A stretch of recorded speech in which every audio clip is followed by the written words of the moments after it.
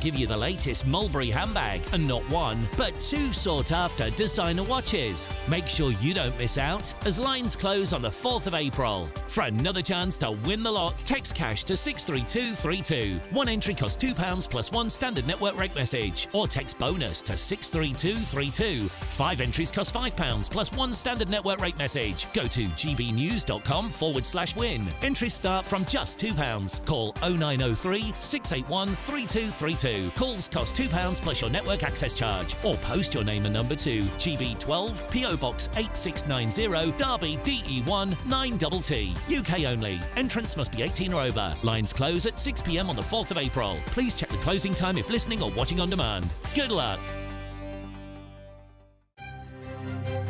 GB News Breakfast. Every day from 6 a.m. If you've read Spare, you'll know that Prince Harry's very open, isn't he, about his drug taking in the past. So it's going to be interesting to see if he was honest in his visa application. Well, we're absolutely waiting for it. Yes, he admitted he took cannabis, cocaine and magic mushrooms, as we know in Spare, and also the Netflix series. He said that. There's been so much talk about it, and obviously Judge Carl Nichols originally said he refused to release any footage, saying that he basically because of Prince Harry's privacy.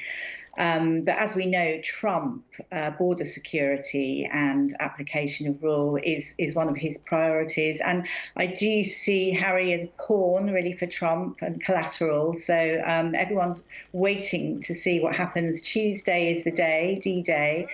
We don't know whether Prince Harry is quaking in his boots. But, he quit being a working royal. Well, did he get preferential treatment? We don't know. There is possible misconduct. Apparently, DHS says that actually releasing the paperwork won't shed any light onto how things work. But there are thoughts as well that he could have entered on a special visa. Now, this is an A1 visa that deals with immigration paperwork. And it's a special kind of visa for heads of states and royal people. So Prince Harry could have got through on that, but we're waiting to hear. It's D-Day tomorrow. GB News, the People's Channel.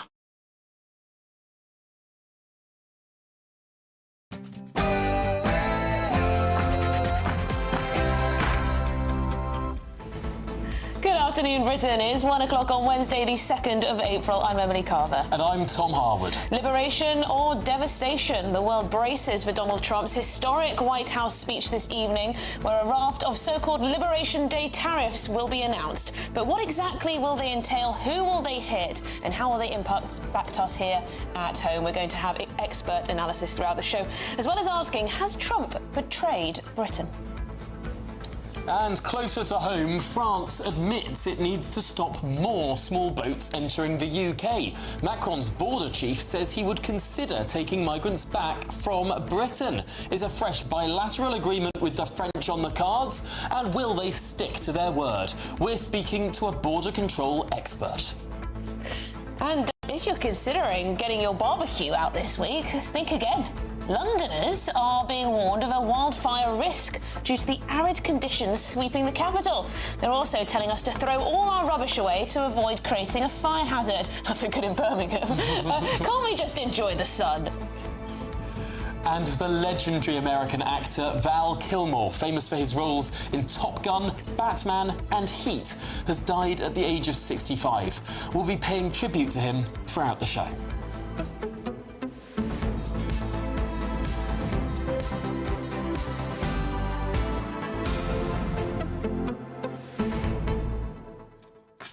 Well, there's a lot going on. I mean, it is Trump territory today, isn't it, really? It really is. And, the strange thing is, I don't think we've seen such ambiguity or uncertainty around such a major economic announcement. Oh, yes. That is an intentional economic announcement. I mean, sure, the world has been hit by financial crashes. Sure, the world has been hit by wars.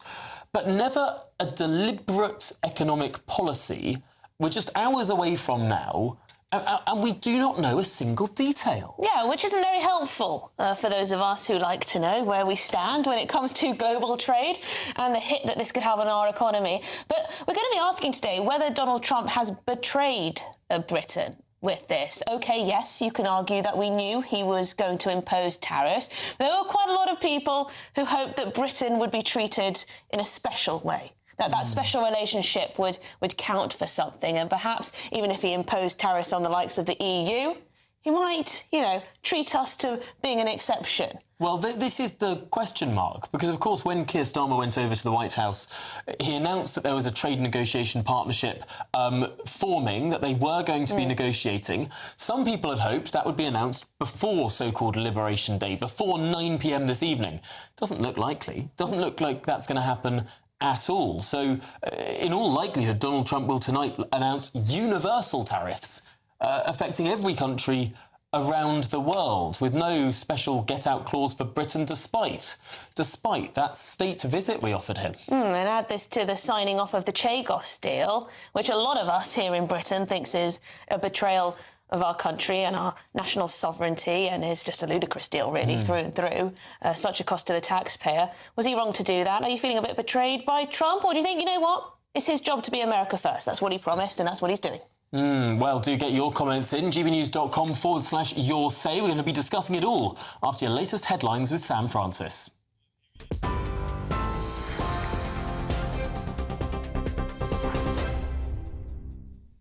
Very good afternoon to you. The top story this lunchtime. Sir Keir Starmer says the UK rules nothing out as it braces for Donald Trump's expected global trade tariffs. The US President's so-called Liberation Day event is expected UK time 9 o'clock this evening, with fears of a 25% import tax on British cars and wider tariffs on UK exports. Speaking at Prime Minister's questions earlier, Sir Keir Starmer warned that a trade war will benefit no one. There are constructive talks that are ongoing on a wider economic prosperity deal with the US. That is really important at this moment. We are working with all sectors that are likely to be impacted, and we're guided by our national interest at all times. And that's why we've said we won't rule anything out. But it is important at a moment like this that we don't have knee-jerk reactions, that we are actually cool-headed about this, and that's why we won't rule anything out. Kemi Badenoch, though, pushed back, calling the Prime Minister out for a lack of protections for UK car makers. The fact is, his decisions have made our economy fragile, just as we face global trade wars. In November, I urged him to seize the draft US trade deal Conservatives negotiated.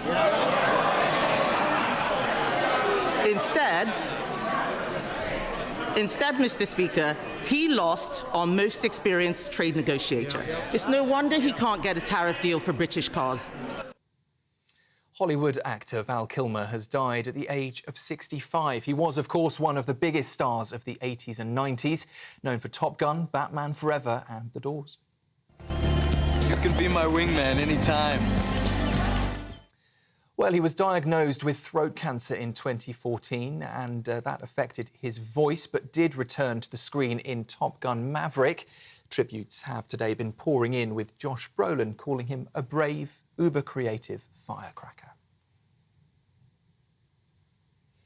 In other news this lunchtime, the Met Police says it will lose 1,700 officers, PCSOs and staff as it tries to plug a £260 million gap in its budget. Cuts include scrapping the Royal Parks police team, removing officers from schools and reducing forensics, mounted and dog units. Frontline services like neighbourhood policing and tackling violence against women, though, will be protected. But the force warns of extraordinary stretch. London Mayor Sadiq Khan blames long-term underfunding and says he'll push the government for more support in a spending review due in June.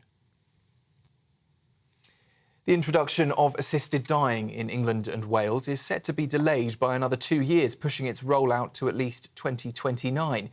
Labour MP Kim Leadbeater, who's leading that bill through Parliament, proposed the deferral, sparking fears among supporters that the change may never happen. She's been joined today by legal and medical experts, MPs and campaigners for a discussion earlier on that amended bill.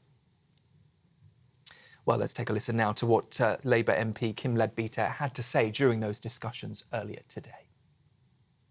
We've now got a bill which explicitly prevents doctors from discussing assisted dying in isolation from other options, which I think is really important. I know that means a lot to colleagues.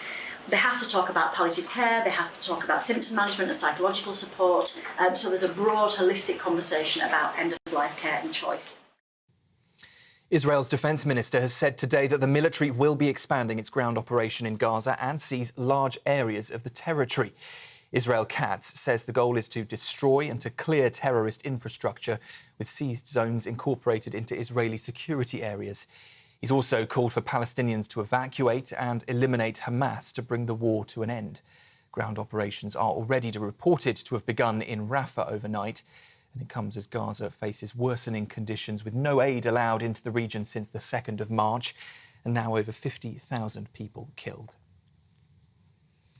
And the ever-pressing question, well, perhaps not, but where have all the butterflies gone? More than half of the UK's species are now in long-term decline, with experts declaring a full-blown butterfly emergency.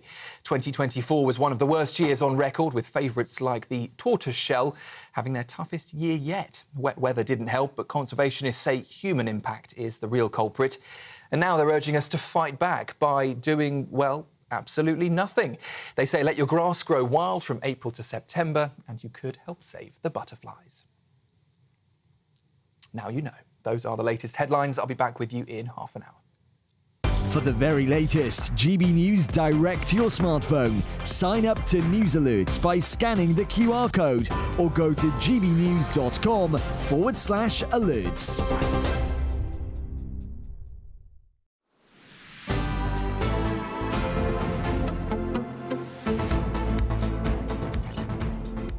Good afternoon, Britain. It's 8 minutes past 1. Now the world is bracing for Donald Trump's White House speech this very evening, where a raft of so-called Liberation Day tariffs will be announced. Yes, the Prime Minister has said he expects the UK will be hit. As fears continue to grow, the plans will derail the government's hopes of economic growth. Well, as it stands, the scope and scale of these tariffs remains unclear, leaving many businesses here at home and around the world firmly on the edge of their seats. Well, let's get the thoughts of our political editor, Christopher Hope, who joins us from Westminster Hall, right in the heart of all the action.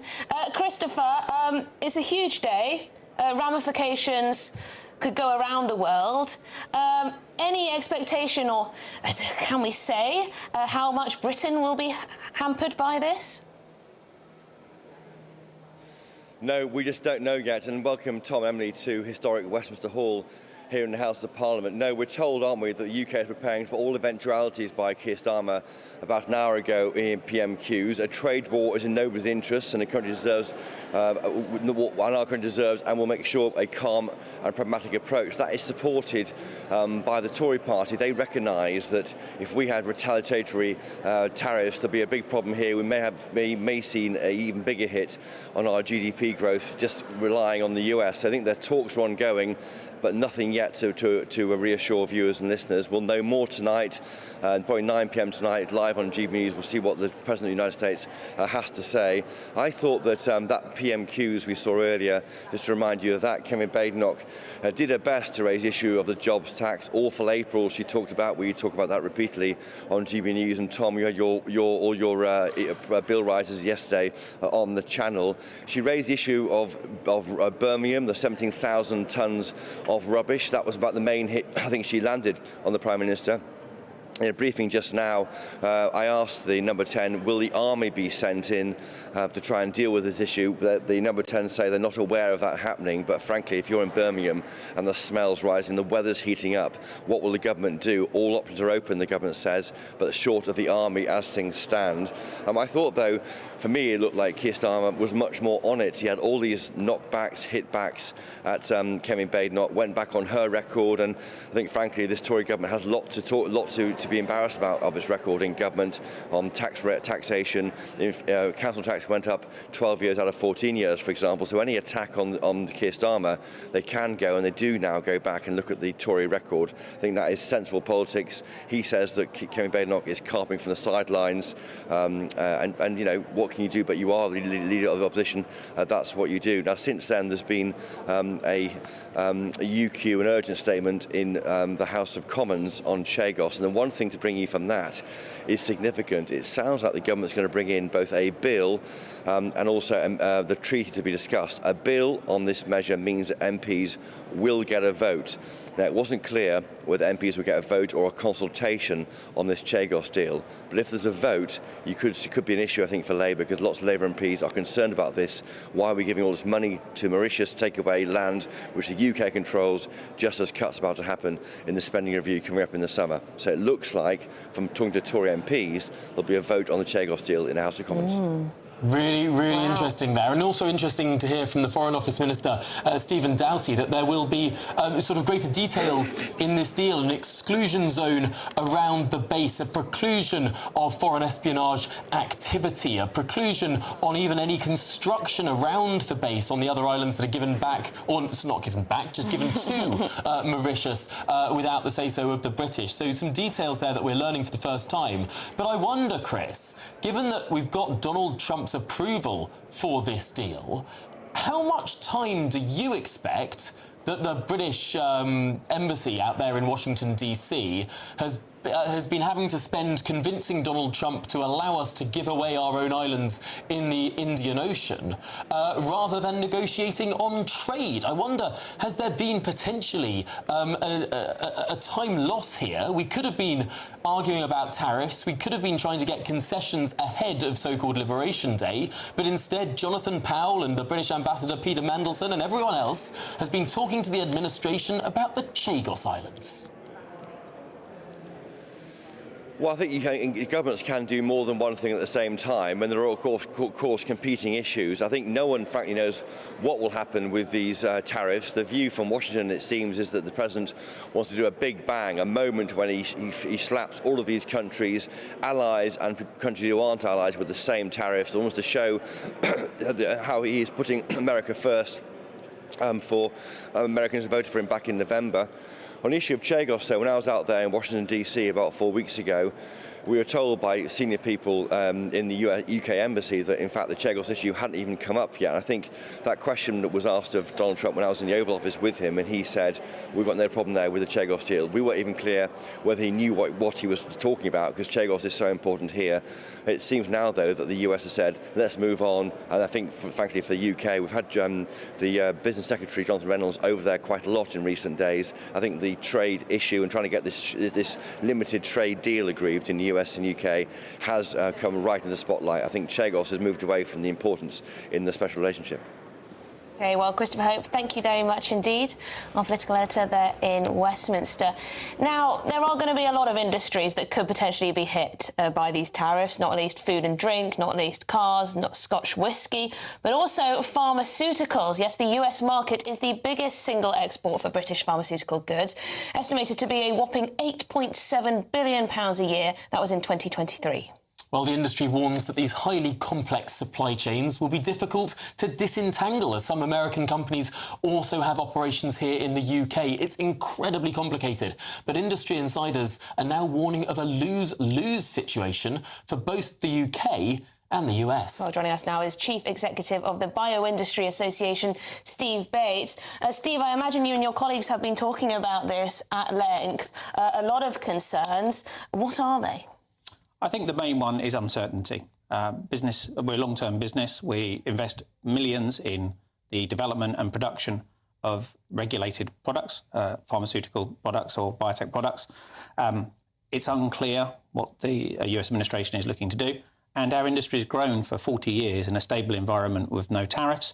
That's meant that we've been able to develop new therapies in cancer, new vaccines, the mRNA vaccines, things like that, which have made a real difference to people's longevity in life. But continuing our business with the uncertainty that's ahead of us is difficult. This is huge because, unlike some industries, I mean, cars, for example, there are 10% tariffs that we apply to the US, they apply tariffs to us currently. But in pharmaceuticals, we operate under a zero tariff environment between the US at all. I mean, this is not even the difference between a higher or lower tariff. This is the difference between 0% and 100%. I don't know what the US administration are going to do, but we know that we've operated as a global industry in an environment that, since the WTO, the World Trade Organization, had a deal done in 1994, which has basically looked at novel pharmaceutical products and their supply chains. That's been successful through the COVID crisis. We'd like it extended. We think there's ways it could be modernised and improved. So it is a big change for our sector. The whisky industry have had to work their way around this and have done this in the past. But I think for our sector, that's the concern. I think what we've seen already, many global players look to talk to President Trump about their investment plans in the US. Companies like AstraZeneca and Lilly have already announced some things there. I think security of supply for present is secure. We've got fantastic global supply chains that can make sure products continue to go. But we're really an innovation industry. And if you look at what the UK is brilliant at, we're great at inventing things. We've invented drugs since the age of penicillin that have benefited Americans. And I think if you look at the concerns from my colleagues in the US, they're worried for American patients, American citizens. They're worried that their prices will go up as a result of this. They're worried that companies will be able to invest less in innovation, so we'll get less new products. And if you know places like Cambridge in the UK, we're doing fantastically well at that innovation economy. The fastest part of UK's economic growth is that portion of the east of England at present. That produces jobs and growth around the country. I go to plants in the northeast, like Fuji's site up in Teesside. I go to see some of the things in Scotland. You can see the Speak corridor in Liverpool is great for jobs and growth in the UK. So anything that impacts the global industry will have an impact on UK growth. One of the great things that we've got here is we've got a tech bio industry. Our tech bio industry is the combination of artificial intelligence and drug discovery and drug development. And the biggest deal in the world in biotech this year was announced on Monday in the UK. A UK company that nobody will have heard of, called Isomorphic Labs, has been given £600 million to invest in using new ways of discovering drugs from protein folding, which was discovered by Denise Habis at DeepMind. So we've got a real engine of economic growth here. We want to get it going, and we don't want things to get in the way. So interesting, because of course, DeepMind, I mean, really the first AI system of the modern large language model, developed here in this country, folding into the other things that we do so well with all sorts of pharmaceutical developments. Operating under a zero tariff environment, for the first time potentially changing. Steve Bates, thanks for explaining all of that for us here. It's so important to our country. And really, we are in the dark as things stand in terms of how it's going to hit us. Yeah, we've spoken a lot about the car industry. Of course we have, but pharmaceuticals, very, very important. But shall we cross over to Belfast now for more on the implications these tariffs could have on Northern Ireland and also the United Kingdom as a whole? Doogie Beattie, he joins us now from outside Stormont. Doogie, tell us. Well, good afternoon. And yes, things are really confusing here in Northern Ireland because, of course, after that Brexit negotiations, Northern Ireland was held inside the sphere of the EU. In fact, an Irish Sea border was put between the UK and Northern Ireland to make sure that there was no contamination of British goods coming into Northern Ireland and entering the EU by the back door. Now, you can imagine America are going to ask for exactly the same, that Britain, if they get a lesser tariff than the rest of the EU, that you can make sure where your products have came from. So that Irish Sea border that currently stems from about Newry up to the top end of Northern Ireland will no doubt be redrawn right down the Irish Sea because, of course, the Republic of Ireland is part of the EU and Northern Ireland will also have to pay the same EU tariffs. So if the bigger tariffs are 25% on the EU, Northern Ireland will have to pay that. And the reason that they may face the biggest, of course, Trump has already said that the pharmaceutical industry in the Republic of Ireland acted as a tax haven for his big pharma companies.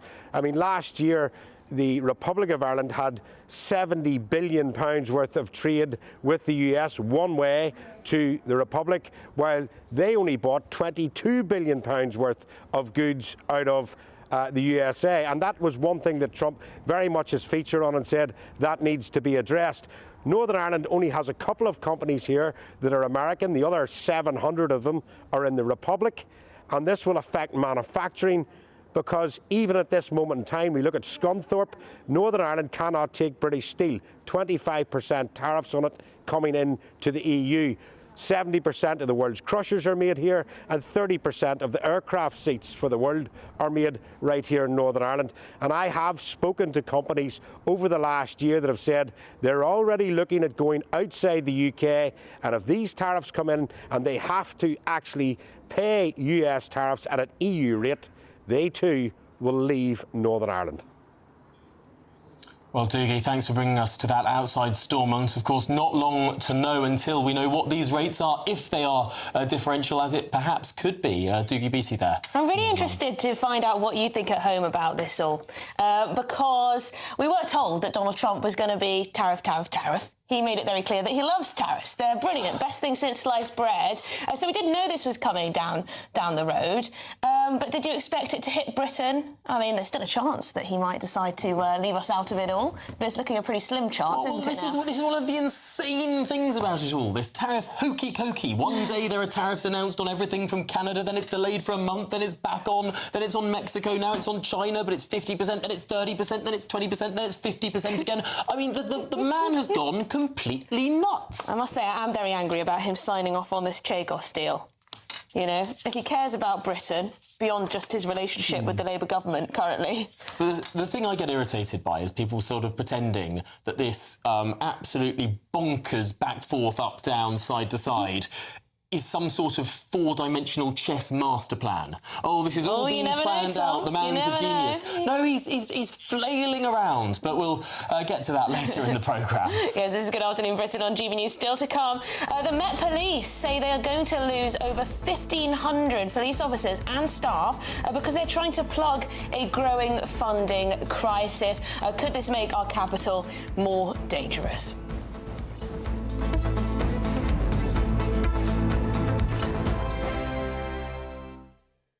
Westminster, the ultimate clique. And you're fighting like rats in a sack. But here on the Camilla Tominey Show, we ask the questions the establishment media is too scared to ask. OK, let me ask you a straight question, because I know you're a straight-talking politician. Whether it's net zero, illegal immigration or law and order, nothing is off limits. You had the power then. Yeah, as I and say, now you've lost it. That's the Camilla Tominey Show, a politics show that's fearless. But no, let me finish my question if you don't mind, because it is my show. Sundays at 9:30, only on GB News, the People's Channel, Britain's news channel.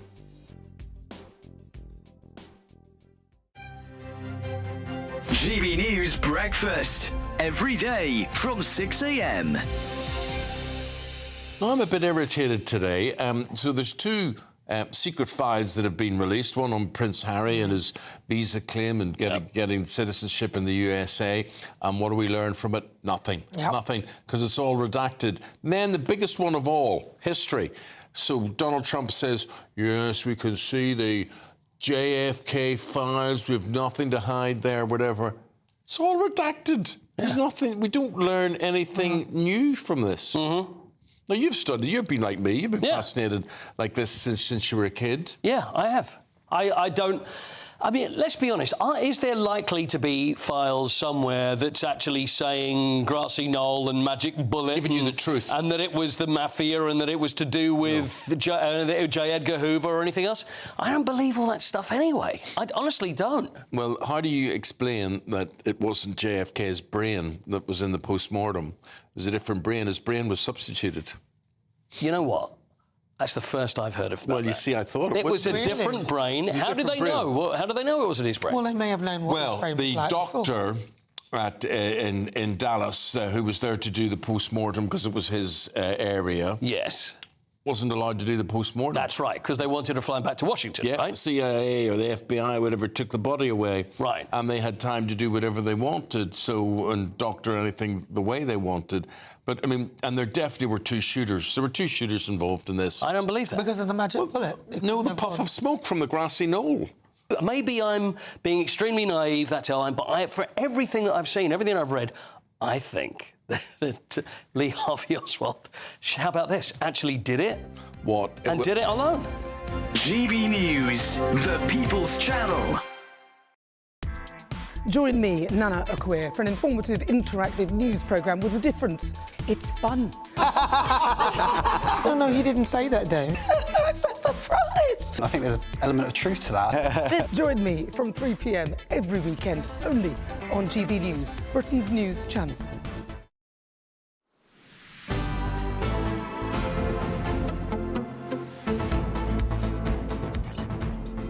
Good afternoon, Britain. It's 26 minutes past 1. Now, the Metropolitan Police say they will lose 1,700 officers, PCSOs and staff, all as the organisation tries to plug a £260 million budget gap. PCSOs stands for, remind Police me? Community Support Officers. Ah, right, OK. They're the ones who aren't real policemen, but sort of pretend to be... They dress up like policemen. They fine you for dropping a cigarette or something. They can't arrest you, but they do patrol the streets. Yes, the Mayor of London, Sadiq Khan, is blaming long-term underfunding and says he'll push the government for more support in the upcoming spending review in June. Well, joining us now is our Home and Security Editor, Mark White, for more. Mark, this is an astonishing budget gap. Well, it is. It was 450 million was the budget deficit that the Metropolitan Police was grappling with and asked for urgent help from central government and from the Mayor's office. Now, central government and the Mayor's office have given them some money, but it's about 190 million, which means there is still that funding shortfall of 260 million, and that means very tough choices for the Metropolitan Police. 1,700 police and staff will go, if not made redundant, then through natural wastage. In other words, someone retires, they're not replaced. So recruiting officers will slow down significantly. So key operations, likes of the Royal Parks Police, well, they're being disbanded. They're in the 7 royal parks across London, and they have an important role because these royal parks attract thousands and thousands of tourists every year, and local people as well. There's crime in these royal parks. You've got officers who know that beat, who have specialisms in policing that beat. They police events that take place in the royal parks as well. Well, they are going to go, and their jobs will be taken over effectively by sort of borough police officers in those areas. But that means you're not going to have the same level of policing within the parks. And there is the real possibility then that, you know, people are going to fall victim to crime in those parks and not get the same kind of response or indeed preventative policing that you would have had if the Royal Parks Police was still in place. In addition to that, we're also being told that school policing officers are going. Now, that's an important role because a number of schools in London have their own dedicated police officers. The job of that police officer, of course, is looking at the crime and criminality that can be associated with either pupils or around the sort of school premises, drug dealing, for instance, the carrying of weapons in or around schools. That element of sort of protective policing and crime prevention is going to disappear from schools as well. It'll be picked up, we're told again, by sort of borough policing tasks. But the borough policing across London is going to be increasingly busy having to take on these additional tasks and dealing with what is expected in terms of being able to respond quickly to emergencies and deal with the priorities like neighbourhood policing. I mean, this is seriously worrying for Londoners and people travelling to the centre, to the capital. School policing is bad enough. I mean, it wasn't too long ago that we were reporting on an acid attack outside a school in close to central London. But the royal parks, now these were traditionally used by the royals for their own activities, and now I think they're sort of run-ish by charities associated with the royals. Do they need to step in? Because the royal parks are absolutely beautiful. They're a magnificent representation of our history, our culture, of London at its best. But, as you say, there's a huge amount of crime that goes on there. It would be so awful if people weren't able to enjoy these parks as they should. Well, I mean, it's certainly, I don't know what the model is. They may contribute something to the Mayor's office anyway for policing. I'm not sure.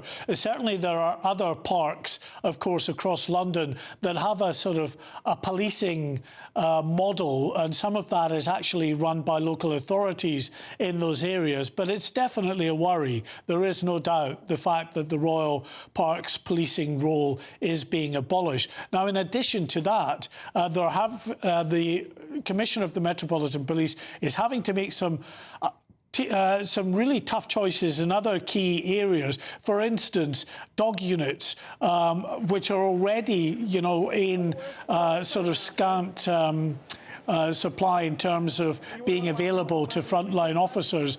They're going to see cuts to the way in which they operate as well. I've been on numerous stories over the years where I've been out and about with the police, and often they're responding to a particular incident. They want a dog handler in there to go after a suspect, to sniff out a trail and the like. And it's often very difficult to get a hold of a dog handler in a timely manner because they're so busy. It's going to be even more difficult to get them now. And the same with mounted police units, the horses that we see for big demonstrations, football matches. They're going to have a cut to the service that they provide as well. Oh dear.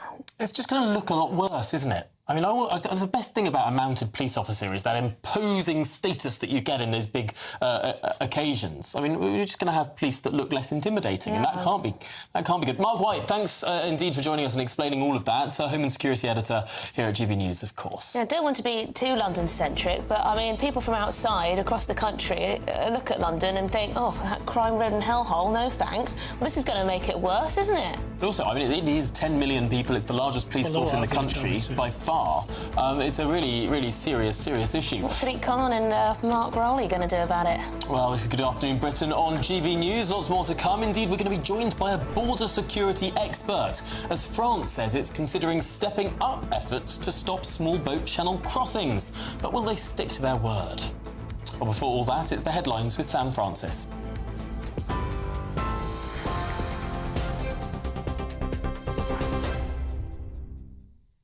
Very good afternoon to you from the newsroom. Just coming up to 34 minutes past 1. Sir Keir Starmer says the UK rules nothing out as it's bracing for Donald Trump's expected global trade tariffs. The US President's so-called Liberation Day event is expected around 9 o'clock this evening UK time, with fears of a 25% import tax on British cars and wider tariffs on UK exports. Speaking at Prime Minister's questions earlier, Sir Keir Starmer warned that a trade war benefits no one. There are constructive talks that are ongoing on a wider economic prosperity deal with the US. That is really important at this moment. We are working with all sectors that are likely to be impacted, and we're guided by our national interest at all times. And that's why we've said we won't rule anything out. But it is important at a moment like this that we don't have knee-jerk reactions, that we are actually cool-headed about this, and that's why we won't rule anything out.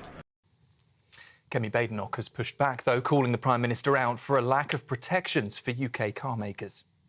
The fact is, his decisions have made our economy fragile, just as we face global trade wars. In November, I urged him to seize the draft US trade deal Conservatives negotiated.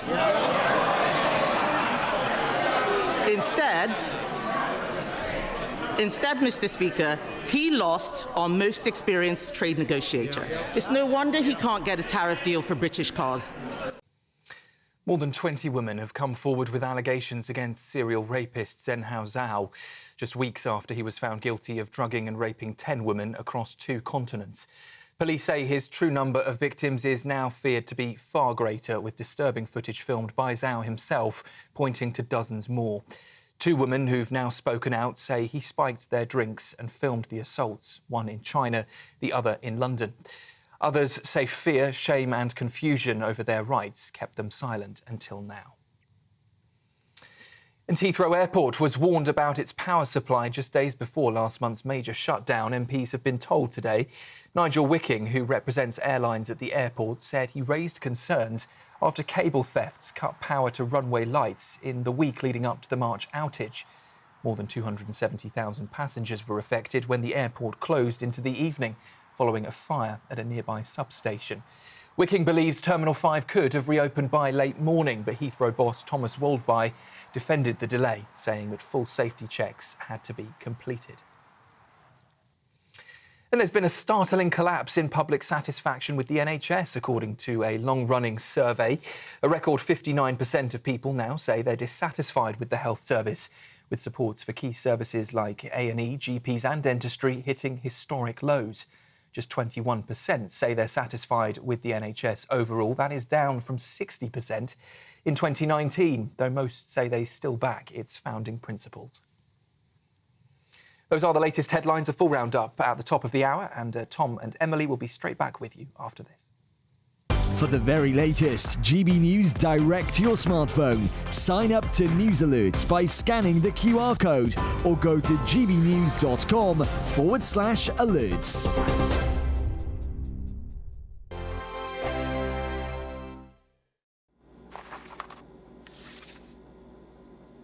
Crash Law 24 sponsors GB News Traffic and Travel Report.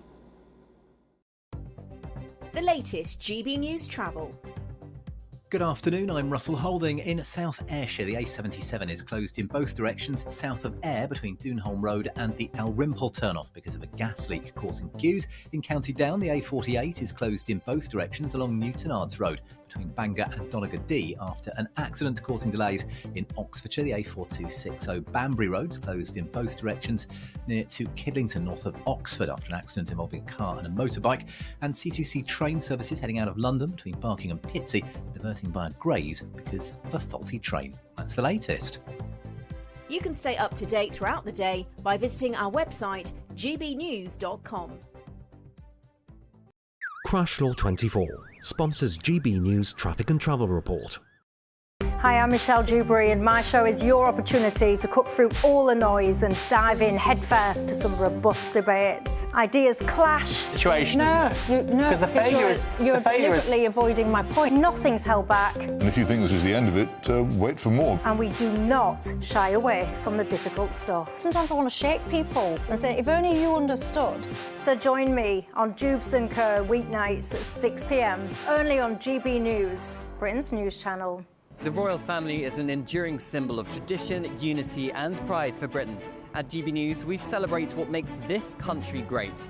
In our new royal newsletter series, you can join me, Cameron Walker, for Inside the Palace, an exclusive look every week that takes you beyond the gates and brings you the very latest from those at the heart of the monarchy.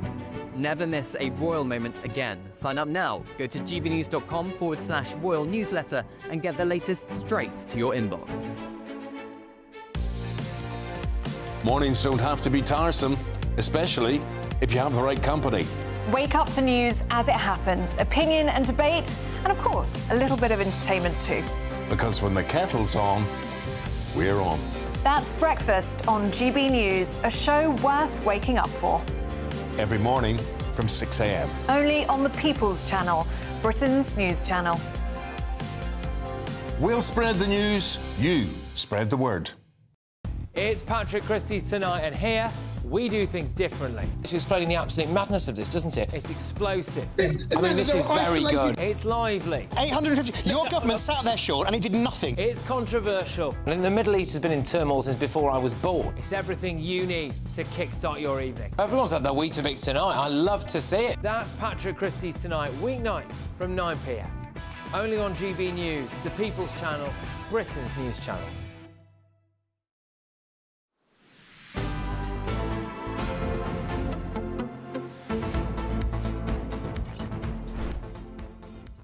Good afternoon, Britain. It's 20 to 2, and good morning, America. Yes, we're looking at live pictures of the White House, where at 9 p.m. tonight, UK time, Donald Trump will announce what he calls Liberation Day, the tariff regime Donald Trump imposes on the whole world, including Britain. Absolutely. So all eyes are going to be on the United States, on Washington, and Patrick Christie's, of course, has a special programme where you'll be able to watch it all live and then get reaction off the back. It's going to be a big night for the world. So 9 p.m. tonight, only here on GB News for the most well-rounded analysis of what goes on. Absolutely. Well, in other news, France is under growing pressure to ramp up efforts to stop small boats from reaching the United Kingdom. Well, President Macron's border chief is now suggesting they may even consider taking migrants back from Britain as they admit they need to do more to stop the boats. Yes, this is very interesting, isn't it? Because we've all seen the footage. Mark White has presented it to us on a number of occasions where what you appear to see right in Calais is the French just sort of waving the boats off. Certainly not intervening, just allowing the illegal migrants to cross over to Britain, presumably because it's the easiest thing for them to do. Yeah, but this seems to be the border chief saying, actually, we're going to step things up. We'll try and get some of that footage back to show you, because, I mean, it is astonishing when you have that French police boat sitting there in the water, just watching these migrant boats go past. But let's see if we can join now the international security and border control expert, Henry Bolton. Henry, we've been hearing from Macron's border chief. Do you believe him? I believe what he says. Look, and what we should be careful about over-egging this, because all he said really is that we should be able to do more. He is saying that the French have got a problem, the gendarmes have got a problem intervening safely, that they haven't been taking risks. He's sort of implying that they might consider taking some more risks. But what he's really saying is that we need to do more collectively, well, at least sort of bilaterally, the UK and France. And he's also criticised the United Kingdom for making it too easy for migrants to get work and so on in the United Kingdom. In other words, the pull factor to the UK is too attractive still. And this has been a long-running complaint to the French. So, we shouldn't overstate what the French Interior Minister has said here. But at least it's positive in that he's saying, look, we should be continuing the dialogue, we should be continuing discussion to try and find a way to deal with it. The French don't want these people any more than we do. He has said some things that I don't think we've heard previously. I mean, he's talking about specifically the French doctrine that we would save people on the seas, but that we would take no risk whatsoever, suggesting that the French in particular should be the ones taking more risks. Do you not read it that way? He's saying that their doctrine needs to change. No, I think he's not being quite so forward as that. He's saying, look, that is our doctrine, but he's also saying it's very difficult to intervene safely. He has said that as well. So, and that tells me that yes, he's questioning that doctrine, but it's not straightforward. It's not simply the doctrine. There is the Safety of Life at Sea Convention. There are these things that are actually preventing the French from taking risk, but he is questioning whether or not I think that they have looked at all the options. What he is saying, though, and I think it is positive, is that, look, we've got to do more. We've got to stop these boats. And that's really the first time that a French minister has really acknowledged that France has got a role to play in this, and it's not all down to the United Kingdom. It is positive, but there's a lot of work to do. Now, but ultimately, the reason that these people cross the channel to come to the United Kingdom is because the United Kingdom is an attractive destination for them. And that is why they travel to the north of France. The way to stop the boats is to make the United Kingdom a less attractive option. He's also talked about work. It's very...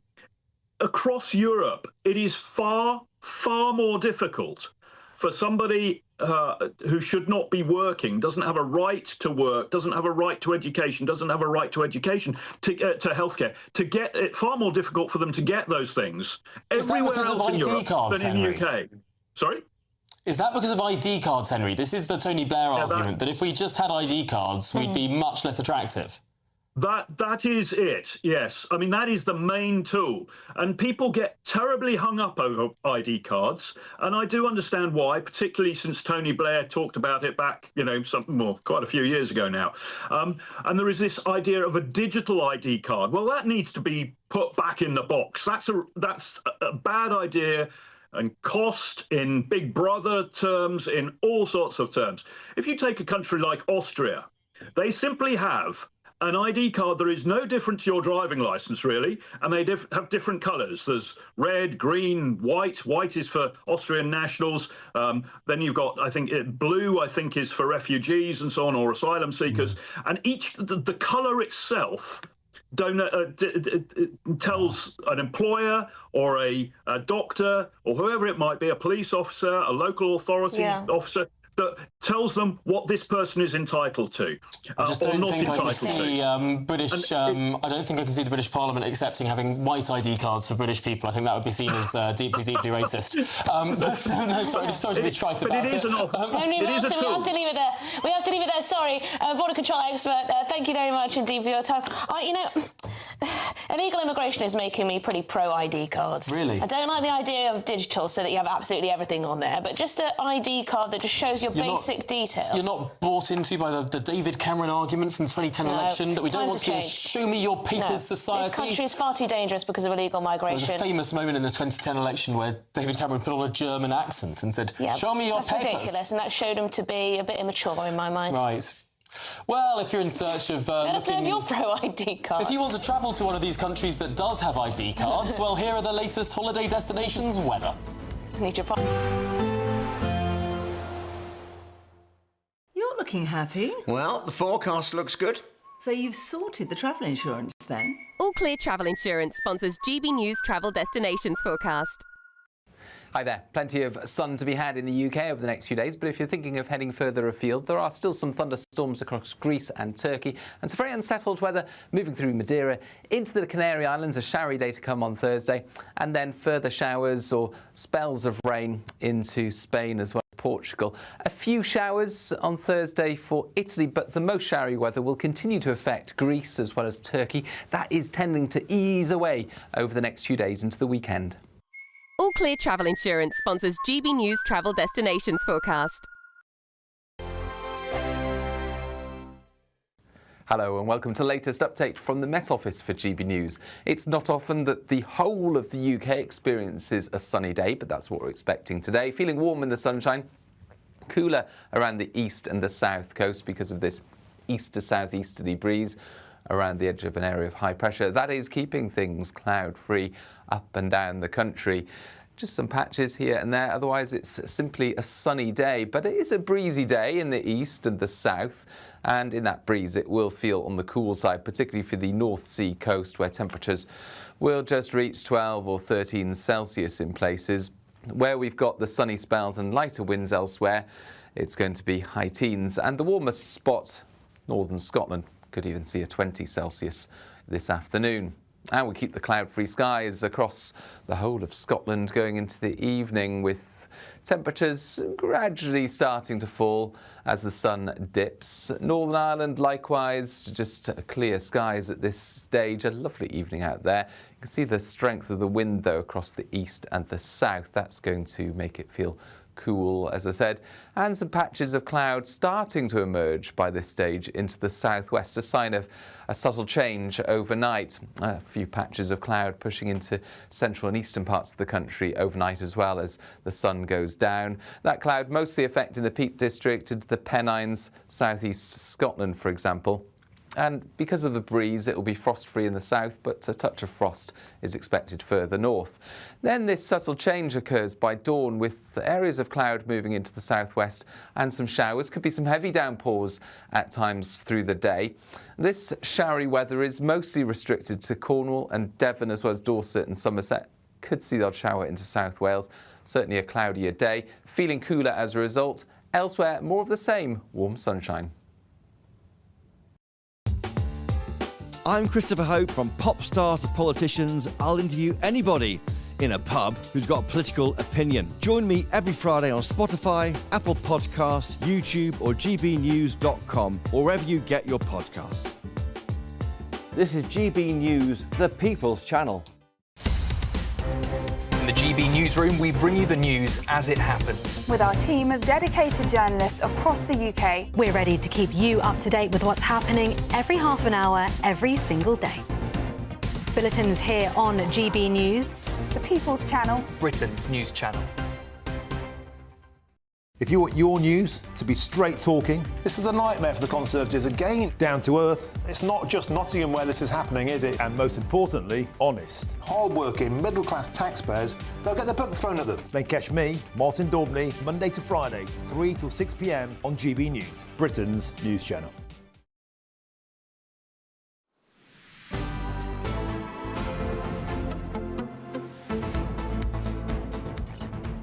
Well, good afternoon, Britain. It's 1:51. Now, Hollywood is in mourning today for the loss of Val Kilmer, the charismatic star who lit up the screen in Top Gun, Batman Forever and The Doors. You can be my wingman anytime. He was a heartthrob. Well, Kilmer, 65 years old, passed away in Los Angeles after battling illness. Well, fans and co-stars are paying tribute to the actor's legacy and unforgettable performances. Well, we're joined by showbiz journalist Lee Purves. Lee, thank you very much indeed for joining us on this. How will you remember Val Kilmer then? An absolute treasure. Like, I know you were saying before what a heartthrob he was. You know, he was an absolute joy to interview and to be around. He had this amazing presence. He's also had a lot of well-known faces linked to him as well. So obviously he was linked to Cher, the singer, Daryl Hannah at one point, and even Angelina Jolie. So he was very much the golden boy of Hollywood when it came to romance. But he kind of kept that very low-key. And of course he had been suffering with an illness. There was renewed interest in Top Gun in recent years with the new films that came out. I mean, did we see this coming? I think what we did see coming was when he took a step back. He had lots of medical treatments, such as chemotherapy and radiotherapy, for what was at the time deemed to be throat cancer back in 2014. And then, of course, we saw him take a step out of the limelight to sort of go under the radar for a few years. And then obviously came back with Tom Cruise, of course, in Top Gun. And that was him coming back in full force. And obviously he thought he was a lot better then. And I think, you know, we did have an idea that things worked great for a period of time, but the last few months, this has certainly gone off the radar. So a big shock to many, many people. Yes, absolutely. And in terms of his personality, what was he like? He could be very dry, with a very dry sense of humour, sometimes not the most punctual of actors, especially when it comes to press junkets. And by that, we mean, you know, these interviews that we go speak to actors to promote their films. That's what we refer to as press junkets. But he always had a cheeky glint in his eye and was extremely polite and very charming. Oh. Well, there you go. He'll very much be missed. Lee Purves, showbiz journalist, thank you very much indeed. Yes, he was linked to so many beautiful, gorgeous women. He was married as well for a time. Yeah, Angelina Jolie, Cher, who else? Probably many others. I'm sure he believes in life after love. Now, to stay with us here on Good Afternoon Britain on GB News. There's plenty more coming on today's show. Indeed, we're approaching that Liberation Day so-called tariff deadline coming up this evening. What on earth will it entail for the UK? That after the weather.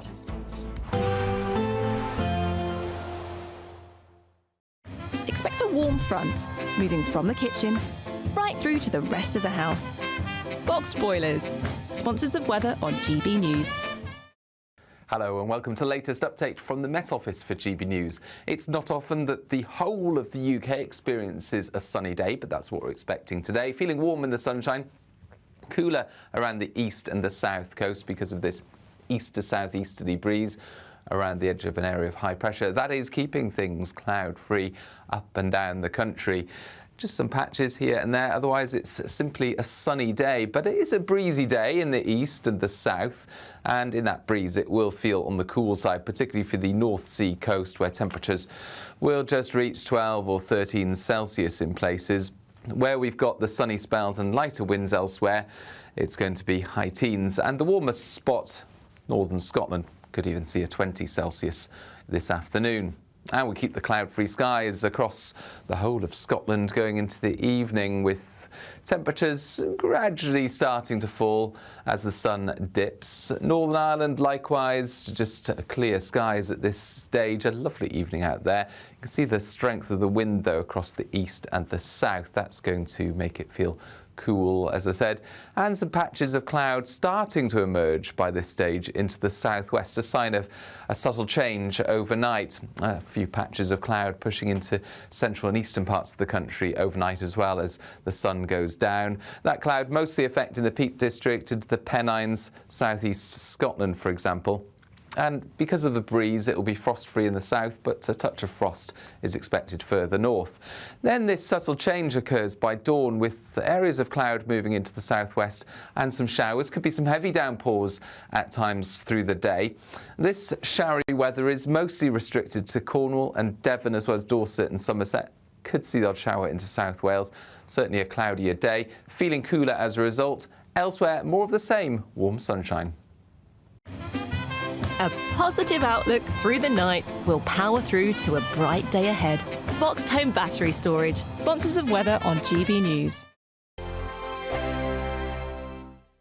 It's the final week to see how you can spruce up your spring, as we have an incredible £17,777 in tax-free cash to be won. And if that wasn't enough, we'll also give you the latest Mulberry handbag, and not one, but two sought-after designer watches. Make sure you don't miss out, as lines close on the 4th of April. For another chance to win the lot, text cash to 63232. One entry costs £2 plus one standard network rate message, or text bonus to 63232. 5 entries cost £5 plus one standard network rate message. Go to gbnews.com/win. Entries start from just £2. Call 0903 681 3232. Calls cost £2 plus your network access charge. Or post your name and number to GB12 PO Box 8690 Derby DE1 9TT. UK only. Entrants must be 18 or over. Lines close at 6 p.m. on the 4th of April. Please check the closing time if listening or watching on demand. Good luck. I'm Christopher Hope. From pop stars to politicians, I'll interview anybody in a pub who's got a political opinion. Join me every Friday on Spotify, Apple Podcasts, YouTube or gbnews.com, or wherever you get your podcasts. This is GB News, the People's Channel. The royal family is an enduring symbol of tradition, unity and pride for Britain. At GB News, we celebrate what makes this country great. In our new royal newsletter series, you can join me, Cameron Walker, for Inside the Palace, an exclusive look every week that takes you beyond the gates and brings you the very latest from those at the heart of the monarchy. Never miss a royal moment again. Sign up now. Go to gbnews.com/royal newsletter and get the latest straight to your inbox. If you want your news to be straight talking... This is the nightmare for the Conservatives again. Down to earth. It's not just Nottingham where this is happening, is it? And most importantly, honest. Hard-working, middle-class taxpayers, they'll get the book thrown at them. Then catch me, Martin Daubney, Monday to Friday, 3 till 6 p.m. on GB News, Britain's news channel.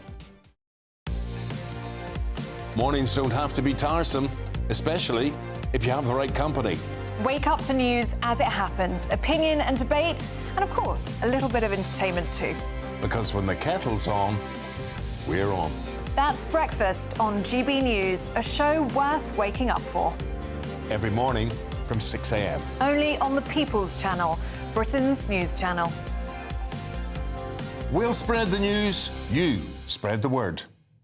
We're proud to be GB News, the People's Channel. And as you know, we always love to hear your views. Now, there's a new way of getting in touch with us at gbnews.com/your say. By commenting, you can be part of a live conversation and join our GB News community. You can even talk to me, Bev Turner, or any of the members of the GB News family.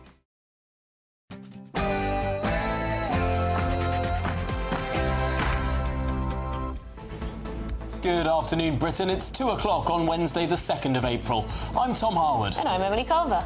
Liberation or devastation? The world braces for Donald Trump's historic White House speech this evening, where a raft of Liberation Day tariffs will be announced.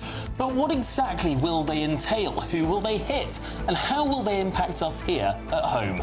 We'll have expert analysis throughout the show, as well as asking, has Trump betrayed Britain? Elsewhere, Prince Harry allegedly sent an unpleasant message to the head of an African charity after she refused to make a statement defending his wife, Meghan Sussex. We'll take a closer look at the royal spat. And in what's being described as a major breakthrough, the wonder hearts drug statins could be used to lower your risk of dementia. We'll bring you the latest shocking research. Well, that would be quite the breakthrough. And if you're considering getting your barbecue out this week, think again. Yes, Londoners are now being warned of a wildfire risk due to arid conditions sweeping the capital, apparently. They're also telling everyone to throw away their rubbish to avoid creating a fire hazard. Can't we just enjoy the sun?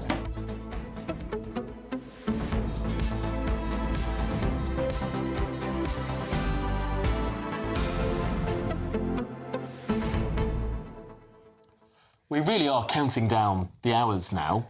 9 p.m. is when we're going to be, well, frankly, learning what the world is going to be whacked with. Yeah, who's he going to target? Is he going to have it the same across the board? Surely not. Well, he did campaign on the idea of a universal worldwide tariff. But, of course, since coming into office, that's not what he's done.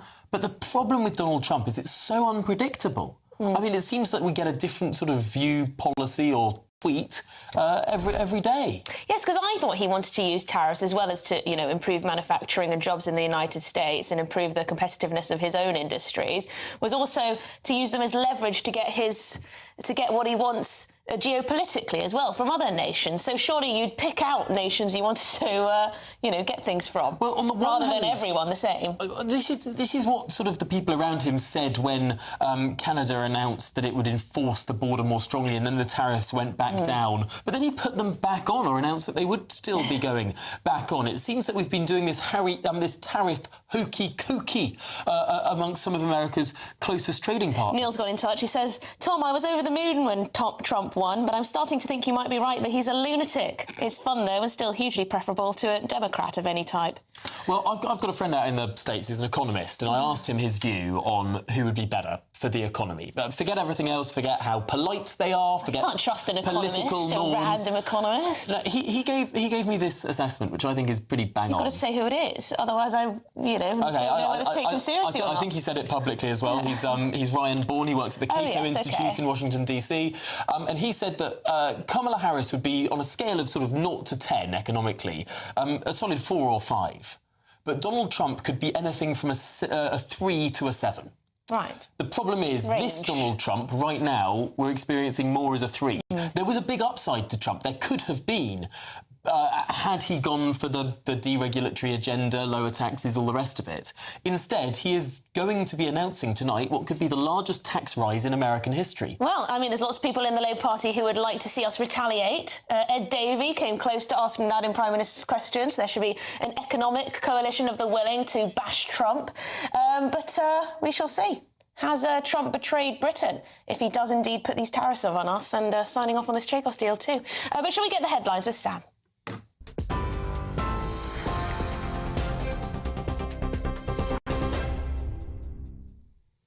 Very good afternoon to you. It's just coming up to 5 minutes past 2. The top story, Sir Keir Starmer says the UK is ruling nothing out as it braces for Donald Trump's expected global trade tariffs.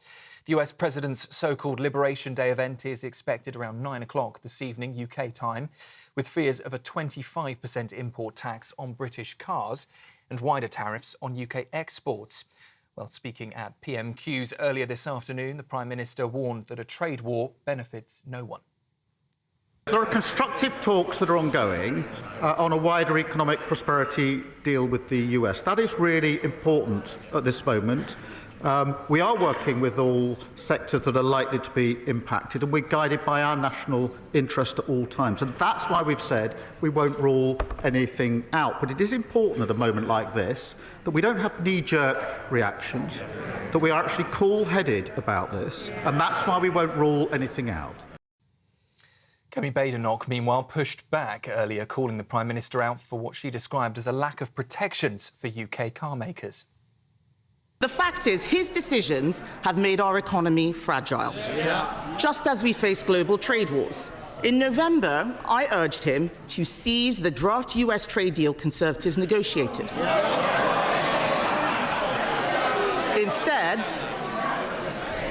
Instead, Mr. Speaker, he lost our most experienced trade negotiator. It's no wonder he can't get a tariff deal for British cars. Hollywood actor Val Kilmer has died at the age of 65. He was, of course, one of the biggest stars of the 80s and 90s, known for Top Gun, Batman Forever and The Doors. You can be my wingman anytime. Kilmer was diagnosed with throat cancer in 2014, but did return to the screen in Top Gun Maverick. And tributes have been pouring in today, with Josh Brolin calling him a brave, uber-creative firecracker. The Met Police says it will lose 1,700 officers, PCSOs and staff as it tries to plug a £260 million gap in its budget. Cuts include scrapping the Royal Parks Police team, removing officers from schools and reducing forensic units. Frontline services, though, including neighbourhood policing and tackling violence against women, will be protected, but the force still warns of extraordinary stretch. London Mayor Sadiq Khan blames long-term underfunding and says he'll push the government for more support in a spending review in June. The introduction of assisted dying in England and Wales is set to be delayed by another 2 years, pushing its rollout to at least 2029. Labour MP Kim Leadbeater, who's leading that bill through Parliament, proposed the deferral, sparking fears among supporters that the change may never happen. Well, earlier today, she's been joined by legal and medical experts, MPs and campaigners for a discussion on that bill. She is, of course, championing the bill and says that the last 2 months of committee process made it stronger, safer and more effective. Well, let's take a listen now to what Kim Leadbeater had to say earlier. We've now got a bill which explicitly prevents doctors from discussing assisted dying in isolation from other options, which I think is really important. I know that means a lot to colleagues. They have to talk about palliative care, they have to talk about symptom management and psychological support, so there's a broad, holistic conversation about end-of-life care and choice. And where have all the butterflies gone, you may be asking, or maybe not. But more than half of the UK's butterfly species are now in long-term decline, with experts declaring a full-blown butterfly emergency. 2024 was one of the worst years on record, with favourites like the small tortoise shell and Chalk Hill Blue having their toughest year yet. Wet weather didn't help, but conservationists say human impact is still the real culprit. And now they're urging us to fight back by doing, well, absolutely nothing. They say just let your grass grow wild from April to September and you could help save the butterflies. And just before I hand you back to Tom and Emily, a quick shout out to our director, Louis. It is his last show with us today. After keeping everything running smoothly behind the scenes, he has been in my ear for many stories and he will be hugely missed. So the best of luck to Louis. Well, those are the latest headlines. I'll be back with you in half an hour. For the very latest GB News direct to your smartphone, sign up to News Alerts by scanning the QR code or go to gbnews.com/alerts.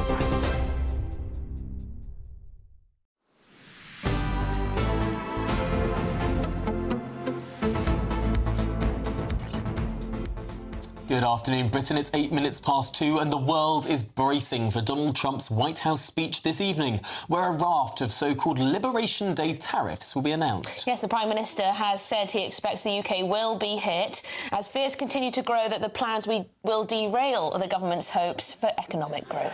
Well, as it stands, the scope and scale of these tariffs that these two men are laughing about here on your screen remain unclear, leaving businesses here at home and around the world firmly on the edge of their seats. Now, that was, of course, when Keir Starmer gave the letter from the King. I know. They were just laughing. It was anyway. Our political correspondent, Catherine Forster, is here to explain it all, to cut through the nonsense. What do we actually know? Oh, that's a very good question. And life comes at you fast, doesn't it? Because it's just a week ago since we were all poring over Rachel Reeves' spring statement and how she made the sums add up to get that £9.9 billion of fiscal headroom back. Lo and behold, that could all be basically blown out of the water by what is to come tonight. So, around about 9 o'clock in the Rose Garden at the White House, we will hear from Donald Trump.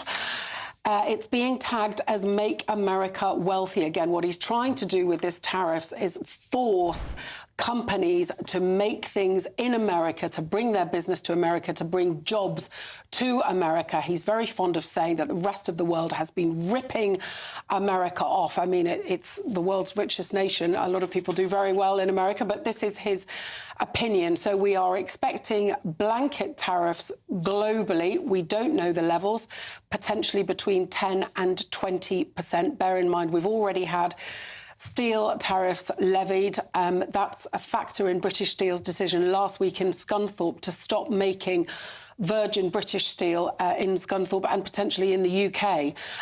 We've got the car tariffs coming in, I think, tomorrow, 25%. A couple of tens of thousands of jobs at risk, given luxury cars are a big export for us to the US. But yes, it seems like all the government's frantic efforts to secure this deal have come to naught at the moment. But the government's still very keen to stress that they are working hard behind the scenes. I think the thinking is now that Trump wants a big theatrical moment to demonstrate to the world, but then going forward, he will work and they may get some sort of carve-out. Hold your breath. Again, in the American press, so this is CNN saying that even just yesterday, he is still being presented with different options, Trump was, and one of them is to customise the tariff rates, i.e. it won't be universal. So there's still some hope that perhaps there might be a carve-out for Britain. We just don't know, and also what we are prepared to offer to the US, this digital services tax that's been around for a few years.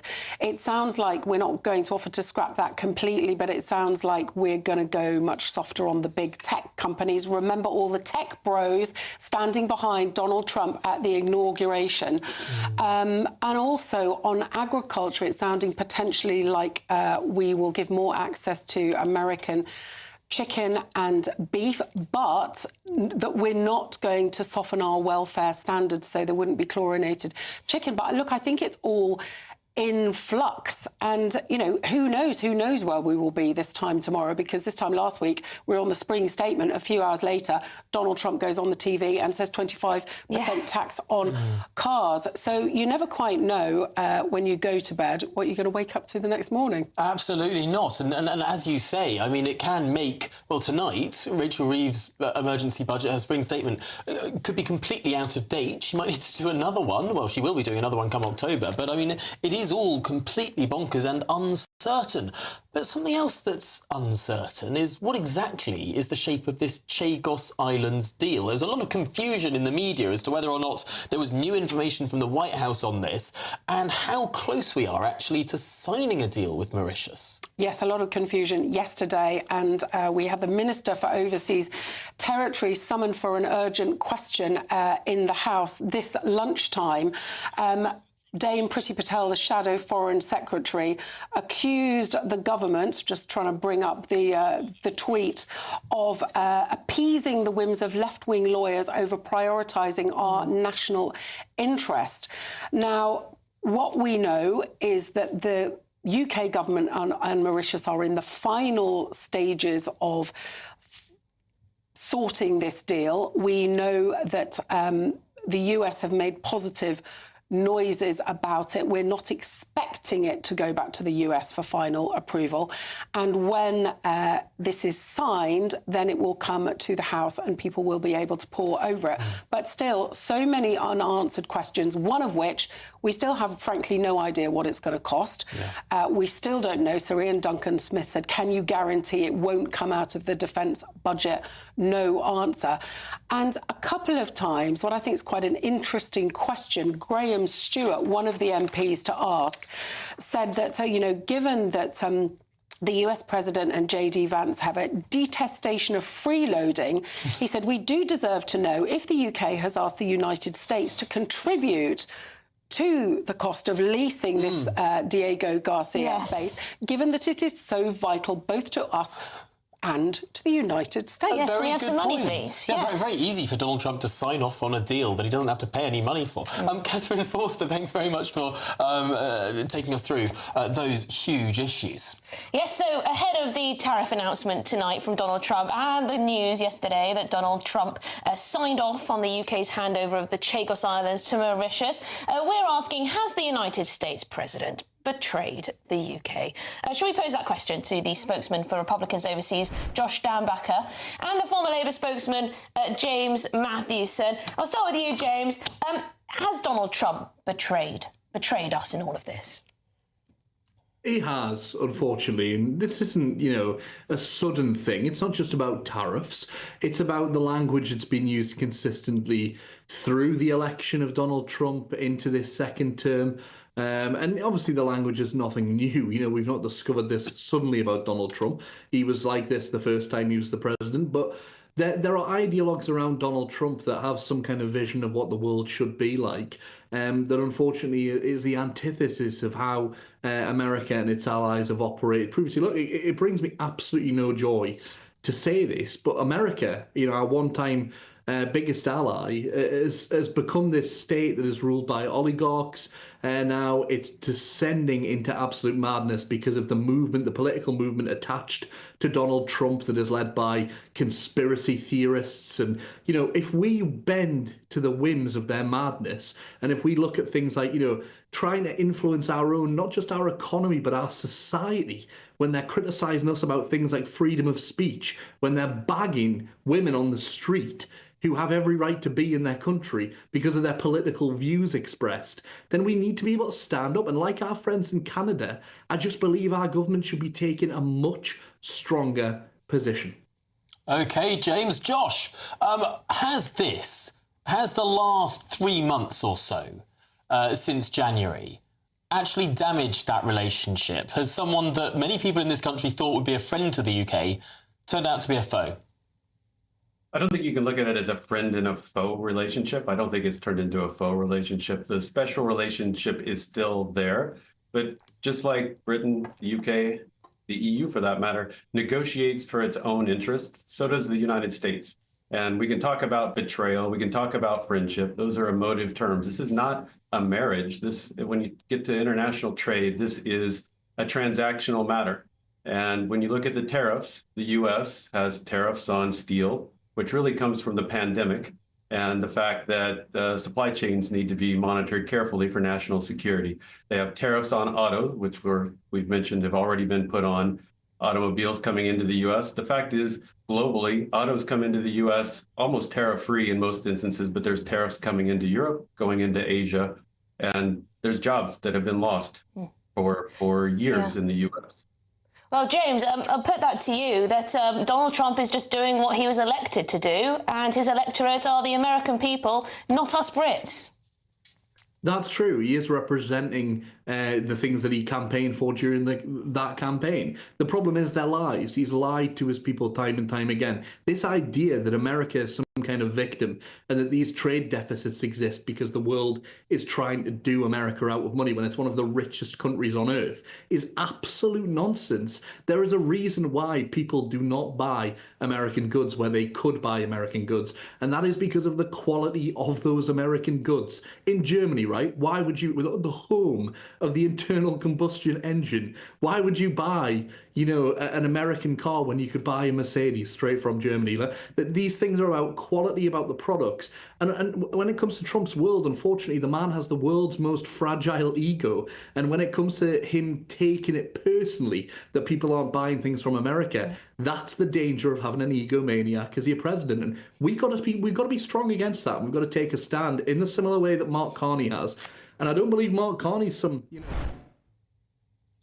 Okay, let's put some of that sort of charge to Josh Dambacher. Josh, has the United States president been too erratic?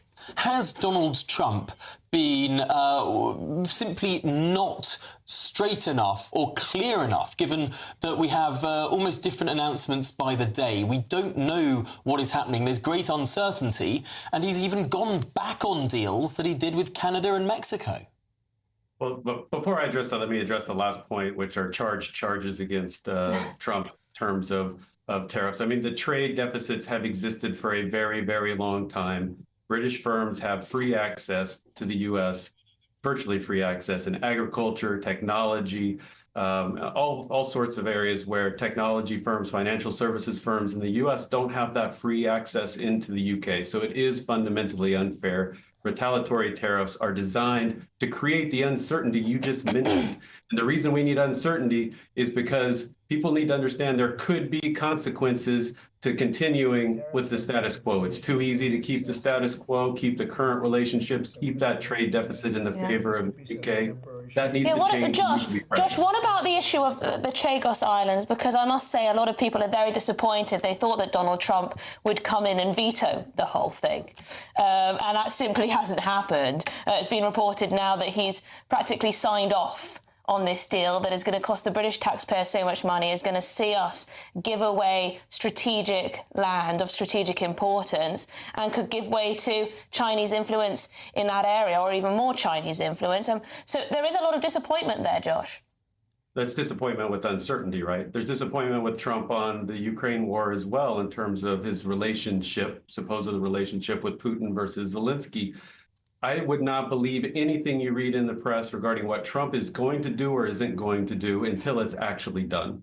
Okay. So I understand there's a lot of discussion and speculation about what's going to happen. But you can't have it both ways. You can't say that he's erratic and there's too much change and too much uncertainty, but then not know what the ultimate outcome is going to be and say, speculate that it will be X. But isn't an issue with this the uncertainty in and of itself? This country experienced bad uncertainty after the Brexit referendum because we had politicians who couldn't make their mind up over what sort of deal to achieve. And what happens when you have uncertainty? Businesses can't plan. And when businesses can't plan, they can't invest. They can't say, yes, we're going to import this because then we're going to make that and export it to here. And if they don't know what the tariff regime is going to be like in a year's time or even in 6 months' time, they are going to delay economic decisions, and that's going to hit economic growth. It's already whacked the stock market in the United States. It's whacked the investments that people in America have made who thought Donald Trump would be making them rich, and he's actually taken money away from them. I think if you think about an American manufacturer or a foreign seller into the U.S. and what they're going to decide to do, if there's uncertainty on whether there will or will not be tariffs, they're going to make plans to build things in the United States because they can't risk the fact that there may be tariffs, even if there aren't at the moment. I mean, James, I put it to you that the strategy could work. Yeah, but it's not working though, is it? Because well, I mean, it hasn't been very long, has it, James? And the tariffs aren't in place yet. It certainly hasn't, but you just don't on principle, right? That comes down to things about, whether things are efficient or effective and all the rest of it, right? We are talking about allies here. We're not talking about enemies. We're not talking about doing dealings with China or Russia, although supposedly they may be a closer US ally than the UK now. But when it comes to these people and our relationships across these countries, you cannot browbeat people into doing what you want them to do. Donald Trump's entire method, his entire life of business has been about dominating somebody else, forcing them to do what he wants them to do. That's not how international diplomacy works, and this is why we shouldn't have businessmen running countries like they're businesses, because they're two different entities. OK, well, James Mathewson, thank you very much. Josh Downbacker, thank you very much as well. Two points put across very well indeed. Lots of you have been getting in touch. I hope we can get some of your views. I think we have to take a quick break, though, don't we? We do indeed. But before that, you're in your final week to see how you could win £17,777 in tax and tariff-free cash. Make sure you don't miss your chance to make it all yours. Here are your details. There's just 2 days left to become our spring winner, as we have an incredible £17,777 in tax-free cash to be won. And if that wasn't enough, we'll also give you the latest Mulberry handbag, and not one, but 2 sought-after designer watches, so you can style it out this spring. Hurry, lines close on Friday. For another chance to win the lot, text cash to 63232. One entry costs £2 plus 1 standard network rate message, or text bonus to 63232. 5 entries cost £5 plus 1 standard network rate message. Go to gbnews.com/win. Entries start from just £2. Call 0903 681 3232. Calls cost £2 plus your network access charge, or post your name and number to GB12 PO Box 8690 Derby DE1 9TT. UK only. Entrants must be 18 or over. Lines close at 6 p.m. on the 4th of April. Please check the closing time if listening or watching on demand. Good luck. We're proud to be GB News, the People's Channel. And as you know, we always love to hear your views. Now, there's a new way of getting in touch with us at gbnews.com/your say. By commenting, you can be part of a live conversation and join our GB News community. You can even talk to me, Bev Turner, or any of the members of the GB News family. GB News Breakfast. Every day from 6 a.m. Anna, let's have a look at this. And how do we tackle the work of one of Britain's most infamous white supremacists? Yes. William Shakespeare. Oh no. That William Shakespeare. Yes. Why is he being? Why are some people saying he's a white supremacist? So this seems to mostly be based on some research that was carried out in 2022 by some academics that concluded that essentially promoting Shakespeare, as they said, benefits the ideology of white European supremacy, because the argument is that effectively you're saying that this kind of culture is superior to others. But, you know, I'm afraid most people who read Shakespeare will conclude that it is superior to most things that are written. And that's nothing to do with him being white. That's just to do with him being a genius. And it's very depressing seeing this, but also the amount of time, effort and presumably funding is spent on these sort of projects. It actually, I think, does a disservice to the youth, to young people, because by effectively erasing or trying to rewrite history, they then don't actually learn about the struggles people have gone through. So it's a bizarre one. But I find it astonishing, because this is Birmingham University that's done this study, or an academic from Birmingham University. Birmingham should be celebrating everything great about the Midlands. It should be biased. If Birmingham and Stratford itself cannot celebrate what makes Stratford and Birmingham great, because celebrating a successful British writer from centuries ago reduces the visibility of writers from other countries that had nothing to do with us in the first place. GB News, the People's Channel. Westminster, the ultimate clique. And you're fighting like rats in a sack. But here on the Camilla Tominey Show, we ask the questions the establishment media is too scared to ask. OK, let me ask you a straight question, because I know you're a straight-talking politician. Whether it's net zero, illegal immigration or law and order, nothing is off-limits. You had the power then. Yeah, as I and say, now you've lost it. That's the Camilla Tominey Show, a politics show that's fearless. But no, let me finish my question if you don't mind, because it is my show. Sundays at 9:30, only on GB News, the People's Channel, Britain's news channel.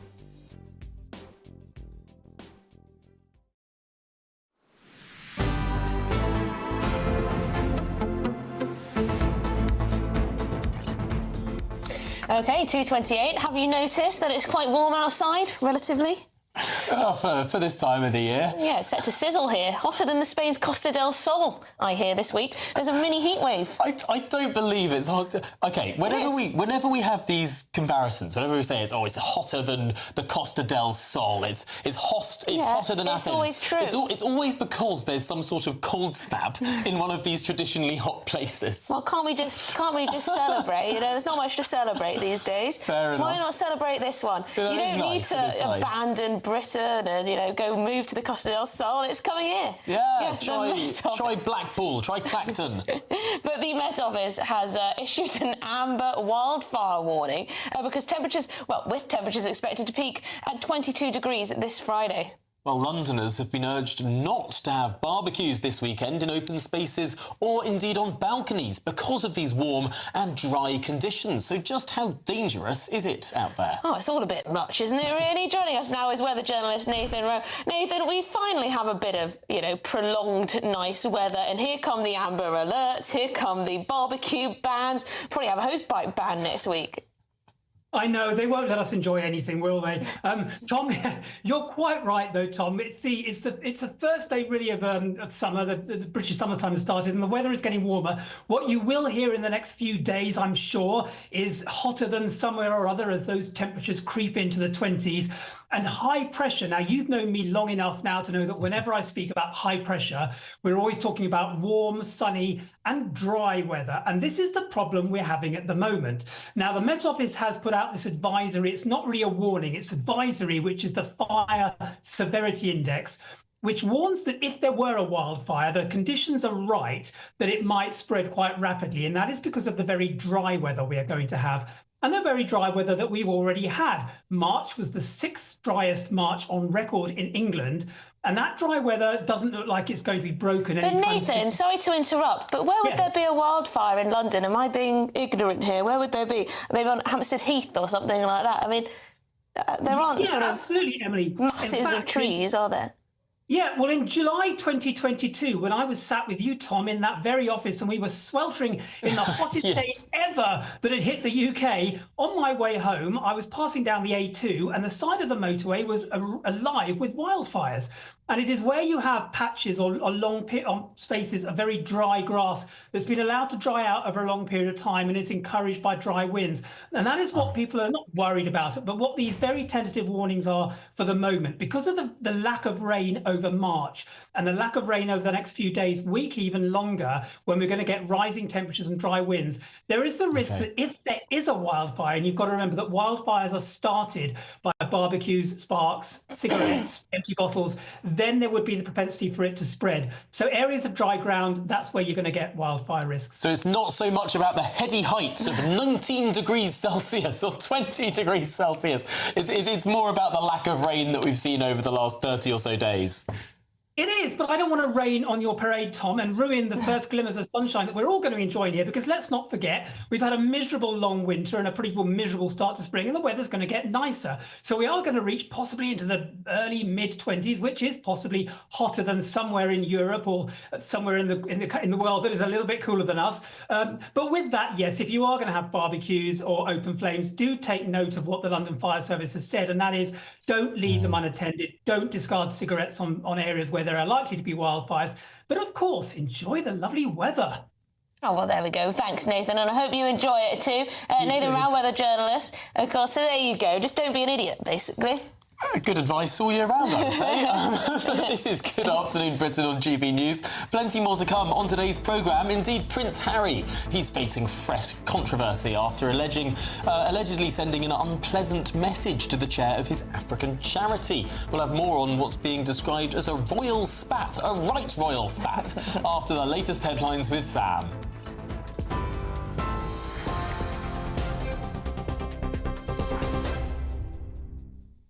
Very good afternoon to you. 32 minutes past 2. The top story, the Met Police says it's set to lose 1,700 officers, PCSOs and staff as it tries to plug a £260 million budget gap. Cuts include scrapping the Royal Parks Police team, removing officers from schools and reducing forensics, mounted and dog units. Frontline services, though, like neighbourhood policing and tackling violence against women, will be protected, but the force warns of extraordinary stretch. London Mayor Sadiq Khan is blaming long-term underfunding and says he'll push the government for more support in June's spending review. Despite a record £1.2 billion from City Hall, the Met says tough choices are unavoidable. The introduction of assisted dying in England and Wales is set to be delayed by another 2 years, pushing its rollout to at least 2029. Labour MP Kim Leadbeater, who's leading that bill through Parliament, proposed the deferral, sparking fears among supporters that the change may never happen. She has been joined today by legal and medical experts, MPs and campaigners for a discussion on how the amended bill, now at committee stage, is complete. We've now got a bill which explicitly prevents doctors from discussing assisted dying in isolation from other options, which I think is really important. I know that means a lot to colleagues. They have to talk about palliative care, they have to talk about symptom management and psychological support, so there's a broad, holistic conversation about end-of-life care and choice. And Hollywood actor Val Kilmer has died at the age of 65. He was, of course, one of the biggest stars of the 80s and the 90s, known for Top Gun, Batman Forever and The Doors. You can be my wingman anytime. Kilmer was diagnosed with throat cancer in 2014, but did return to the screen in Top Gun Maverick. And tributes today have been pouring in, with Josh Brolin calling him a brave, uber-creative firecracker. Those are the latest headlines. That's it from me for this afternoon. Sophia Wensler will have a full roundup at 3 o'clock, and Tom and Emily will be straight back after this. For the very latest GB News direct to your smartphone, Sign up to News Alerts by scanning the QR code or go to gbnews.com/alerts.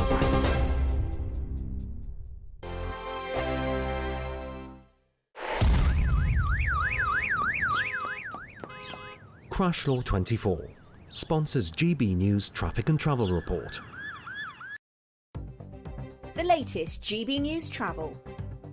Good afternoon, I'm Russell Holding. In South Ayrshire, the A77 is closed in both directions south of Ayr because of a gas leak causing queues. In County Down, the A48 is closed in both directions along Newtonards Road between Bangor and Donegal after an accident. On the M6 in Staffordshire, there's a lane closed southbound between junctions 14 and 13 with two Stafford turns causing queues. In Oxfordshire, the A4260 Banbury Road's closed each way at Thrupp north of Oxford after an accident. And the M27 in Hampshire is blocked westbound between junctions 7 and 5 near Southampton causing queues. You can stay up to date throughout the day by visiting our website gbnews.com. Crash Law 24 sponsors GB News Traffic and Travel Report. Exciting news. Every Friday, my Patrick Christie's Tonight Show is going to have a twist to it. We're welcoming some special guests. You. That's right, on Fridays I'm going to be doing my show in front of a live studio audience because this show is about you and what you have to say. It's going to be the same big debates, same big topics, same big opinions, but every Friday night at 9 p.m. you are invited to come on down to Patrick Christie's Tonight to be a part of the action. Only on GB News, the People's Channel, Britain's news channel.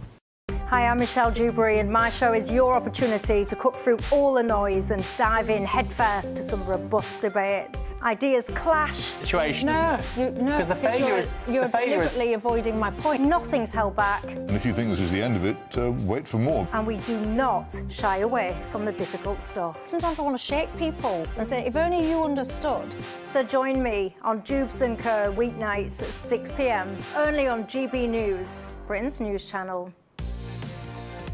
Mornings don't have to be tiresome, especially if you have the right company. Wake up to news as it happens, opinion and debate, and of course, a little bit of entertainment too. Because when the kettle's on, we're on. That's Breakfast on GB News, a show worth waking up for. Every morning from 6 a.m. Only on the People's Channel, Britain's news channel. We'll spread the news, you spread the word. It's Patrick Christie's Tonight, and here we do things differently. It's explaining the absolute madness of this, doesn't it? It's explosive. I mean, this is very good. It's lively. 850. Your government sat there, Sean, and it did nothing. It's controversial. And the Middle East has been in turmoil since before I was born. It's everything you need to kickstart your evening. Everyone's had their Weetabix tonight. I love to see it. That's Patrick Christie's Tonight, weeknights from 9 p.m. Only on GB News, the People's Channel, Britain's news channel.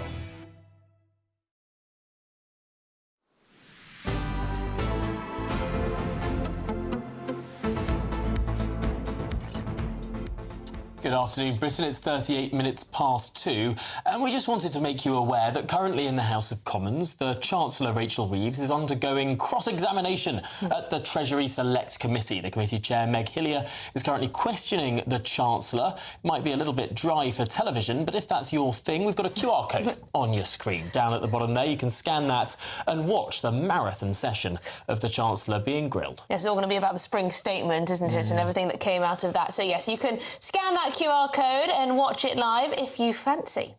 But if royals are more your thing, Prince Harry is facing fresh controversy after allegedly sending an unpleasant message to the chair of his African charity. Yes, so Dr. Sophie Chandauka claims she was pressured to defend Meghan Markle after this awkward polo event moment where they both seem to struggle for position there with the old trophy. Oh, it's awkward every time we see it. But a bit of fallout led to Harry resigning as the charity's patron. OK, well, joining us now to discuss this is royal commentator Jack Stooks. Jack, thank you very much on this. Where are we with all of this? Because I've been trying to make sense of it. It's a bit of a he said, she said, and now Harry's actually said something publicly, has he? Or is this all just coming from sources? I'm not sure quite where this is coming from, but obviously Dr. Sophie has a problem with what's going on in the charity, as does Harry and as do everybody else. It came out then where we all heard that they've all stepped down from Centre Ballet, to Harry's great disappointment and, upset. He didn't want to do it, but he felt that there was no other option. We then had Dr. Sophie come out and say that that there's been all these bad goings on within the charity, and this is the first we've heard of it. So once she's been asked to step down, she's suddenly come out and said all these awful things are happening in the charity. Well, why were these not being brought up before, when supposedly these awful things were taking place, which doesn't seem to make sense why it's only all coming out now? I mean, if she's saying all the right things, why didn't it come out when it started happening? We've seen this video, we've seen it time and time again, where I think Meghan's trying to say to her, no, come into the middle of the photo, So yes, there was an awkwardness, but you can see that there is obviously a good rapport between them at that point in time. So for Harry to ask, can you just support my wife and say some things about my wife? I don't think it's unreasonable or unusual to ask your friends to support you from time to time. I think we all do it, and it's quite commonplace. But I don't know. I don't know what the end game is with this, but I do think that that the doctor pretty much maybe has money on her mind. Yeah, and I mean, it's all been made a little bit more heated as well with certain accusations around the charity boss, this Dr. Sophie Chandauka. People accusing her of playing the race card in all of this. Yeah, I'm not quite sure whether playing the race card with Harry is going to work, because he's a great advocate for that. So I don't think it's going to work with him. And we like I say, we don't know what's going on. We haven't seen all the documents, but she's not being paid to do the role she was asked to step down from. So it seems odd that she's putting her heels in and saying, I'm not going anywhere and I've been mistreated. Well, if you're not being paid to do a role that you're being mistreated in, why are you still there, and why are you really digging your heels in? I mean, it's a no-brainer. If it was happening to any of us, we would have gone long since if we weren't being paid. I mean, why do we want to just stay and be mistreated? It makes no sense. So absolutely, this is why I think.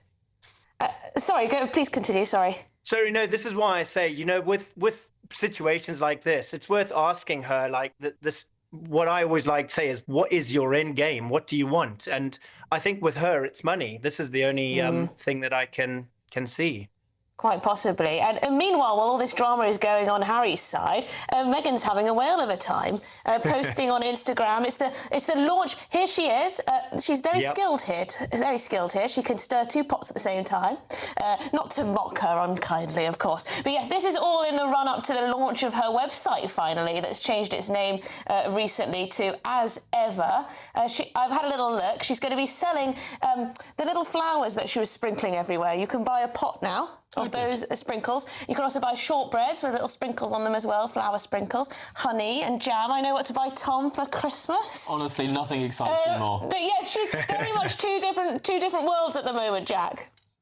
Completely, but that video, it does look like it's been done in the night. It looks like it was maybe just Harry and Meghan in the room. So he's probably picked up her phone and she was just having a bit of a giggle with him. You see her look towards the camera and she's sort of having a bit of a joke and a smile. It's all staged, Jack. It's all staged. Possibly, but I do think with that particular one, it probably was Harry. They do obviously have a good rapport together, like they always have. But no, completely. I'm not saying that it's not staged. She is trying to sell a product, and I think that this is sort of harking back to Hollywood back in the day when maybe her mum was young, barefoot and fancy free, just living the life, living off the land. And I think that's what she's trying to hark back to and trying to get us all to buy into. Yes. Everyone shall live under their own vine. While wearing $1,000 silk blouses. But there you go. There we go. Jack Stooks, thanks indeed for joining us and talking through that royal story. Take care. Yes, the charity one is mind-boggling. Where did it all go wrong, Harry? Well, if you're in search for some right royal sun, here's the forecast for those top European holiday destinations. Ready to soak up that holiday sunshine? Won't we need some cover? No worries, all sorted. All Clear Travel Insurance sponsors GB News Travel Destinations Forecast. Hi there. Plenty of sun to be had in the UK over the next few days, but if you're thinking of heading further afield, there are still some thunderstorms across Greece and Turkey, and some very unsettled weather moving through Madeira into the Canary Islands. A showery day to come on Thursday, and then further showers or spells of rain into Spain as well as Portugal. A few showers on Thursday for Italy, but the most showery weather will continue to affect Greece as well as Turkey. That is tending to ease away over the next few days into the weekend. All Clear Travel Insurance sponsors GB News Travel Destinations Forecast.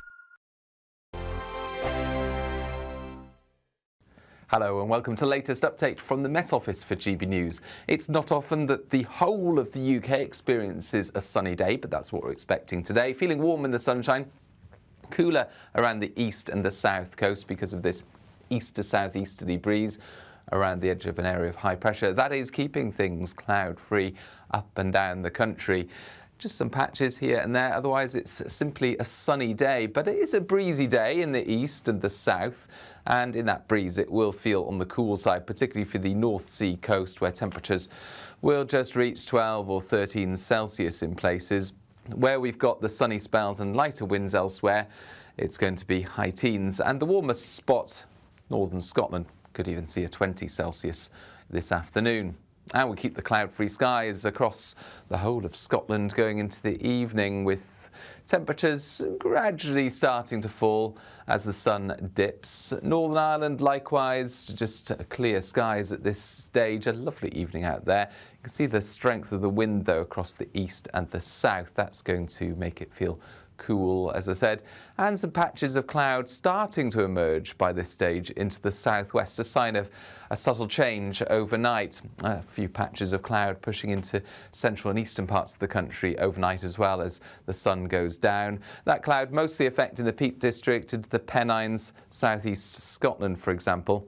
And because of the breeze, it will be frost-free in the south, but a touch of frost is expected further north.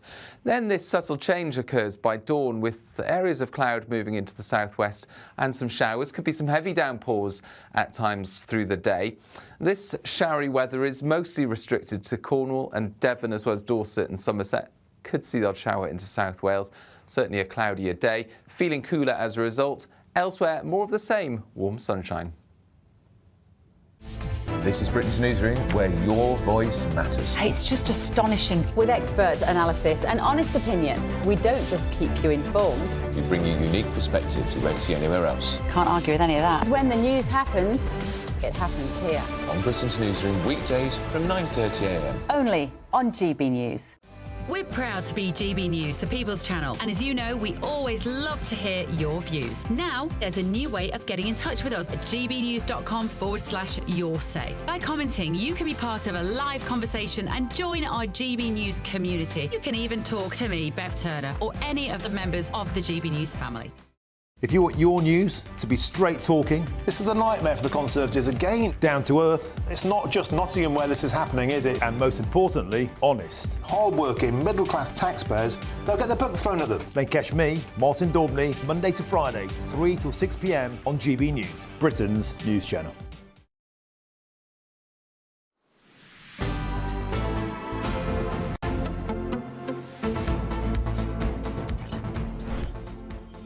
Good afternoon, Britain. 12 minutes to 3 here in the afternoon, but over there in the White House in Washington, D.C., it's still morning. And we're waiting on Donald Trump to make one of the most seismic announcements of his presidency. Yes, who will be hit with tariffs? Will it be us all? How will Britain be hit? We'll bring you that live, 9 o'clock, Patrick Christie's show tonight. It will be a special one, lots of reaction and analysis off the back. You won't want to miss it. Absolutely. But in the meantime, could statins be doing more than just lowering cholesterol? A new study suggests that these common and cheap pills could actually reduce dementia risk, even for people who already have low cholesterol. Wow, researchers say statins might play a bigger role in brain health than we once thought. Well, joining us now is our very own GB News Science and Health editor, Lucy Johnston. Lucy, this sounds pretty miraculous from all the reports this morning. Well, miraculous, scientists don't like to use the word miraculous, but it is very, very interesting. What scientists have been doing for a very, very long time, for decades now, is they've been targeting two proteins in the brain called tau and amyloid. So they're a natural thing in the brain, but they build up and they clog up the brain, and they have believed for so long that this is the cause of Alzheimer's and dementia. This study points to something different. It shows that the reason that this research has sort of failed to provide us a cure, as it were, for Alzheimer's, we've got some exciting drugs on the horizon, but nothing's been really very significant for people with advanced disease. This shows that there's something else going on. It isn't a proper trial. That's one thing to really be aware of. It wasn't that they took some people who weren't taking statins and some people who were and compared them. What they looked at was medical records and showed that the people on statins, even if they had low cholesterol, did better, were more likely to not suffer the Alzheimer's disease. So I think the real key is that we need more research to look into this and to find out what's going on. There is some scientists are very excited because they're saying it's to do with brain health. So that's the thing, you know, keeping the brain healthy, keeping oxygen in the brain, which is all to do with smoking, drinking, eating bad foods. That they're all linked. So it's another kind of warning to people to sort of try and live more healthily if they want to reduce their risk. Yes, because Lucy, I'm just reading that there are about 8 million people or so who take statins regularly in this country, a huge number. One must be one of the most common things that people take for their health. So there could be all of these millions of people walking around with a much decreased chance of getting dementia. I think it's very hard to say that now. And also, we have to be aware that statins do carry side effects as well. So it's always a balancing act. They can cause liver damage, muscle pains and other things. And there's a big debate in science. Some scientists are more worried about statins. Other scientists, usually the industry-sponsored science, shows that these side effects are not so prevalent. So I think it needs to be looked at. And I think that, you know, just to say, well, let's roll out statins more widely would be a bit dangerous to do at the moment because we're not there yet. But we do know that Alzheimer's is actually more complicated than we once thought. And this study certainly shows that. OK, well, Lucy Johnston, thank you very much indeed. GBNews Science and Health Editor. Exciting anyway, even if we have to be cautious about these types of reports. Tell you what, I'd take a bit of liver damage over dementia. Yes. Yes. Yeah. Yes, as long as you know. As long as the doctor tells you all the risks and things, you can weigh them up yourself, decide what's going on. I mean, if 8 million people are already taking statins on the reg... Yeah, no, hugely common, hugely cheap. I mean, surely this is a really positive step for more research as well, given that there's such a large pool of people who are on these. And just to remind you that Rachel Reeves, the Chancellor, is being grilled currently by the Treasury Select Committee in the House of Commons, and you can watch that on GBN2 if you're so inclined. Scan that QR code. Yes, she's getting a bit of a cross-examination. Absolutely, but here on GBN1, on your television screens and across the internet too, and the radio, it's going to be Martin Daubney up next. And Martin joins us here in the studio. It's always a delight on a Wednesday to see you face to face. What's coming up? Lee Anderson unleashed. Goodness me. He's back. He's had a couple of quiet weeks, but he's back on the warpath. The Red Wall Rottweiler ranting about the Pakistani airports that British MPs are campaigning for. Oh, that annoyed me so much. While rats the size of cats are feasting on the garbage, 17,000 tonnes of it, in Birmingham, the very same MPs seem to care more about Pakistan than the streets of Birmingham. When can a war memorial be woke? The answer is when Oxford University students want a British war memorial to include the names of Germans who fought against Brits. What? From the city of Oxford. Have they lost their minds? Well, the editor will have a few choice things to say about that. Plus, the great weather coming up might be a boom for Brits, except could a star marder of illegal immigrants be ploughing over the channel? The answer is yes, they're presently playing football on the sand dunes of Calais, getting freebies, free clothes, free blankets, free drinks, free food. They'll be on their way to Blighty. That's all on the show, 3 till 6. Well, we'll be tuning in, absolutely. That's it from us today. Stay tuned for Martin. Hello again and welcome to the latest update from the Met Office for GB News. It's a beautiful day out there for all of us. Dry, sunny, yeah, it's a bit cool in the wind, particularly on the east coast and for some southern counties. But it's virtually cloud-free out there with high pressure sitting over Denmark. We've got this east to southeasterly airflow. That's a very dry airflow, hence the cloud-free skies. But there will be some patchy cloud overnight, particularly across southwestern parts, and there'll be a few patches of cloud developing over the Midlands into northern and northeast England, southeast Scotland, especially over the Pennines and the Peak District. But for the vast majority, it is dry, it's clear overnight. With the breeze in the south, it's frost-free, but there will be a touch of frost where winds are lighter further north. Now, it's not entirely sunny first thing Thursday. We do have those patches of cloud across parts of northern England, particularly through the Pennines, as well as southern Scotland, but they'll tend to disappear as the sun warms things up, and cloud-free skies once again through central and western Scotland, Northern Ireland as well. A cold start to the day, but it will soon warm up. Patches of cloud for the Welsh mountains as well as the Peak District, but for the rest of the Midlands into East Anglia and the southeast, it's dry and sunny. One exception, a marked contrast for southwest England compared with recent mornings. Cloudier here with some showers from the word go. And those showers continue on and off through the day for Devon, Cornwall, Somerset, Dorset, perhaps edging into South Wales by the end of the afternoon and into the evening. And there'll be longer spells of rain as well by the end of the day. So a damp day to come in the southwest, breezy, feeling much cooler. Elsewhere, we keep the blue skies, we keep that strong sunshine, so temperatures of the high teens, low 20s possible. The east coast continuing to be cool, and we keep that easterly breeze going into Friday. But widespread sunshine returns up and down the country on Friday. Similar conditions throughout the weekend, but turning cooler. Expect a warm front, moving from the kitchen right through to the rest of the house. Boxed Boilers, sponsors of weather on GB News.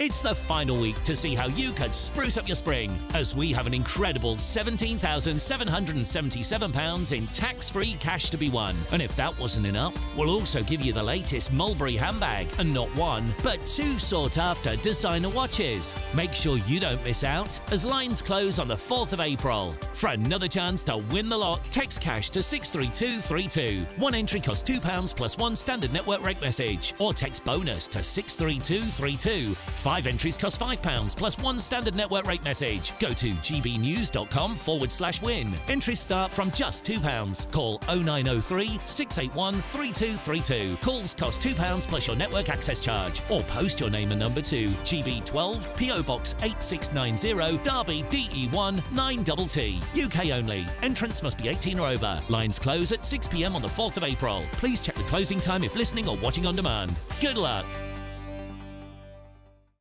It's Patrick Christie's Tonight, and here we do things differently. It's explaining the absolute madness of this, doesn't it? It's explosive. I mean, this is very good. It's lively. 850. Your government sat there, Sean, and he did nothing. It's controversial. And the Middle East has been in turmoil since before I was born. It's everything you need to kickstart your evening. Everyone's had their Weetabix tonight. I love to see it. That's Patrick Christie's Tonight, weeknights from 9 p.m.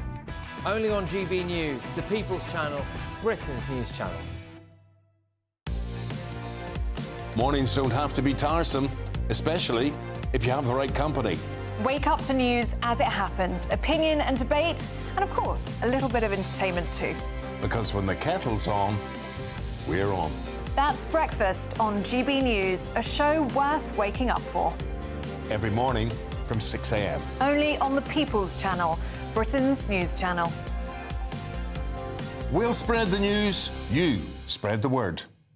Hi, I'm Michelle Dewberry, and my show is your opportunity to cut through all the noise and dive in headfirst to some robust debates. Ideas clash. Situation, isn't it? No, because the failure is you're deliberately avoiding my point. Nothing's held back. And if you think this is the end of it, wait for more. And we do not shy away from the difficult stuff. Sometimes I want to shake people and say, if only you understood. So join me on Jubes & Co. weeknights at 6 p.m. only on GB News, Britain's news channel.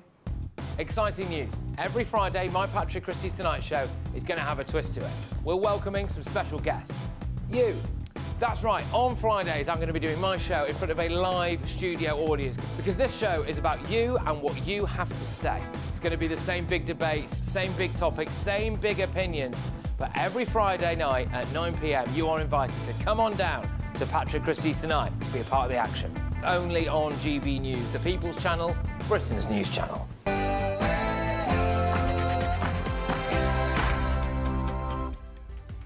Very good afternoon to you on this beautiful afternoon. It's 3 p.m. Welcome to the Martin Daubney Show here on GB News, broadcasting for you as ever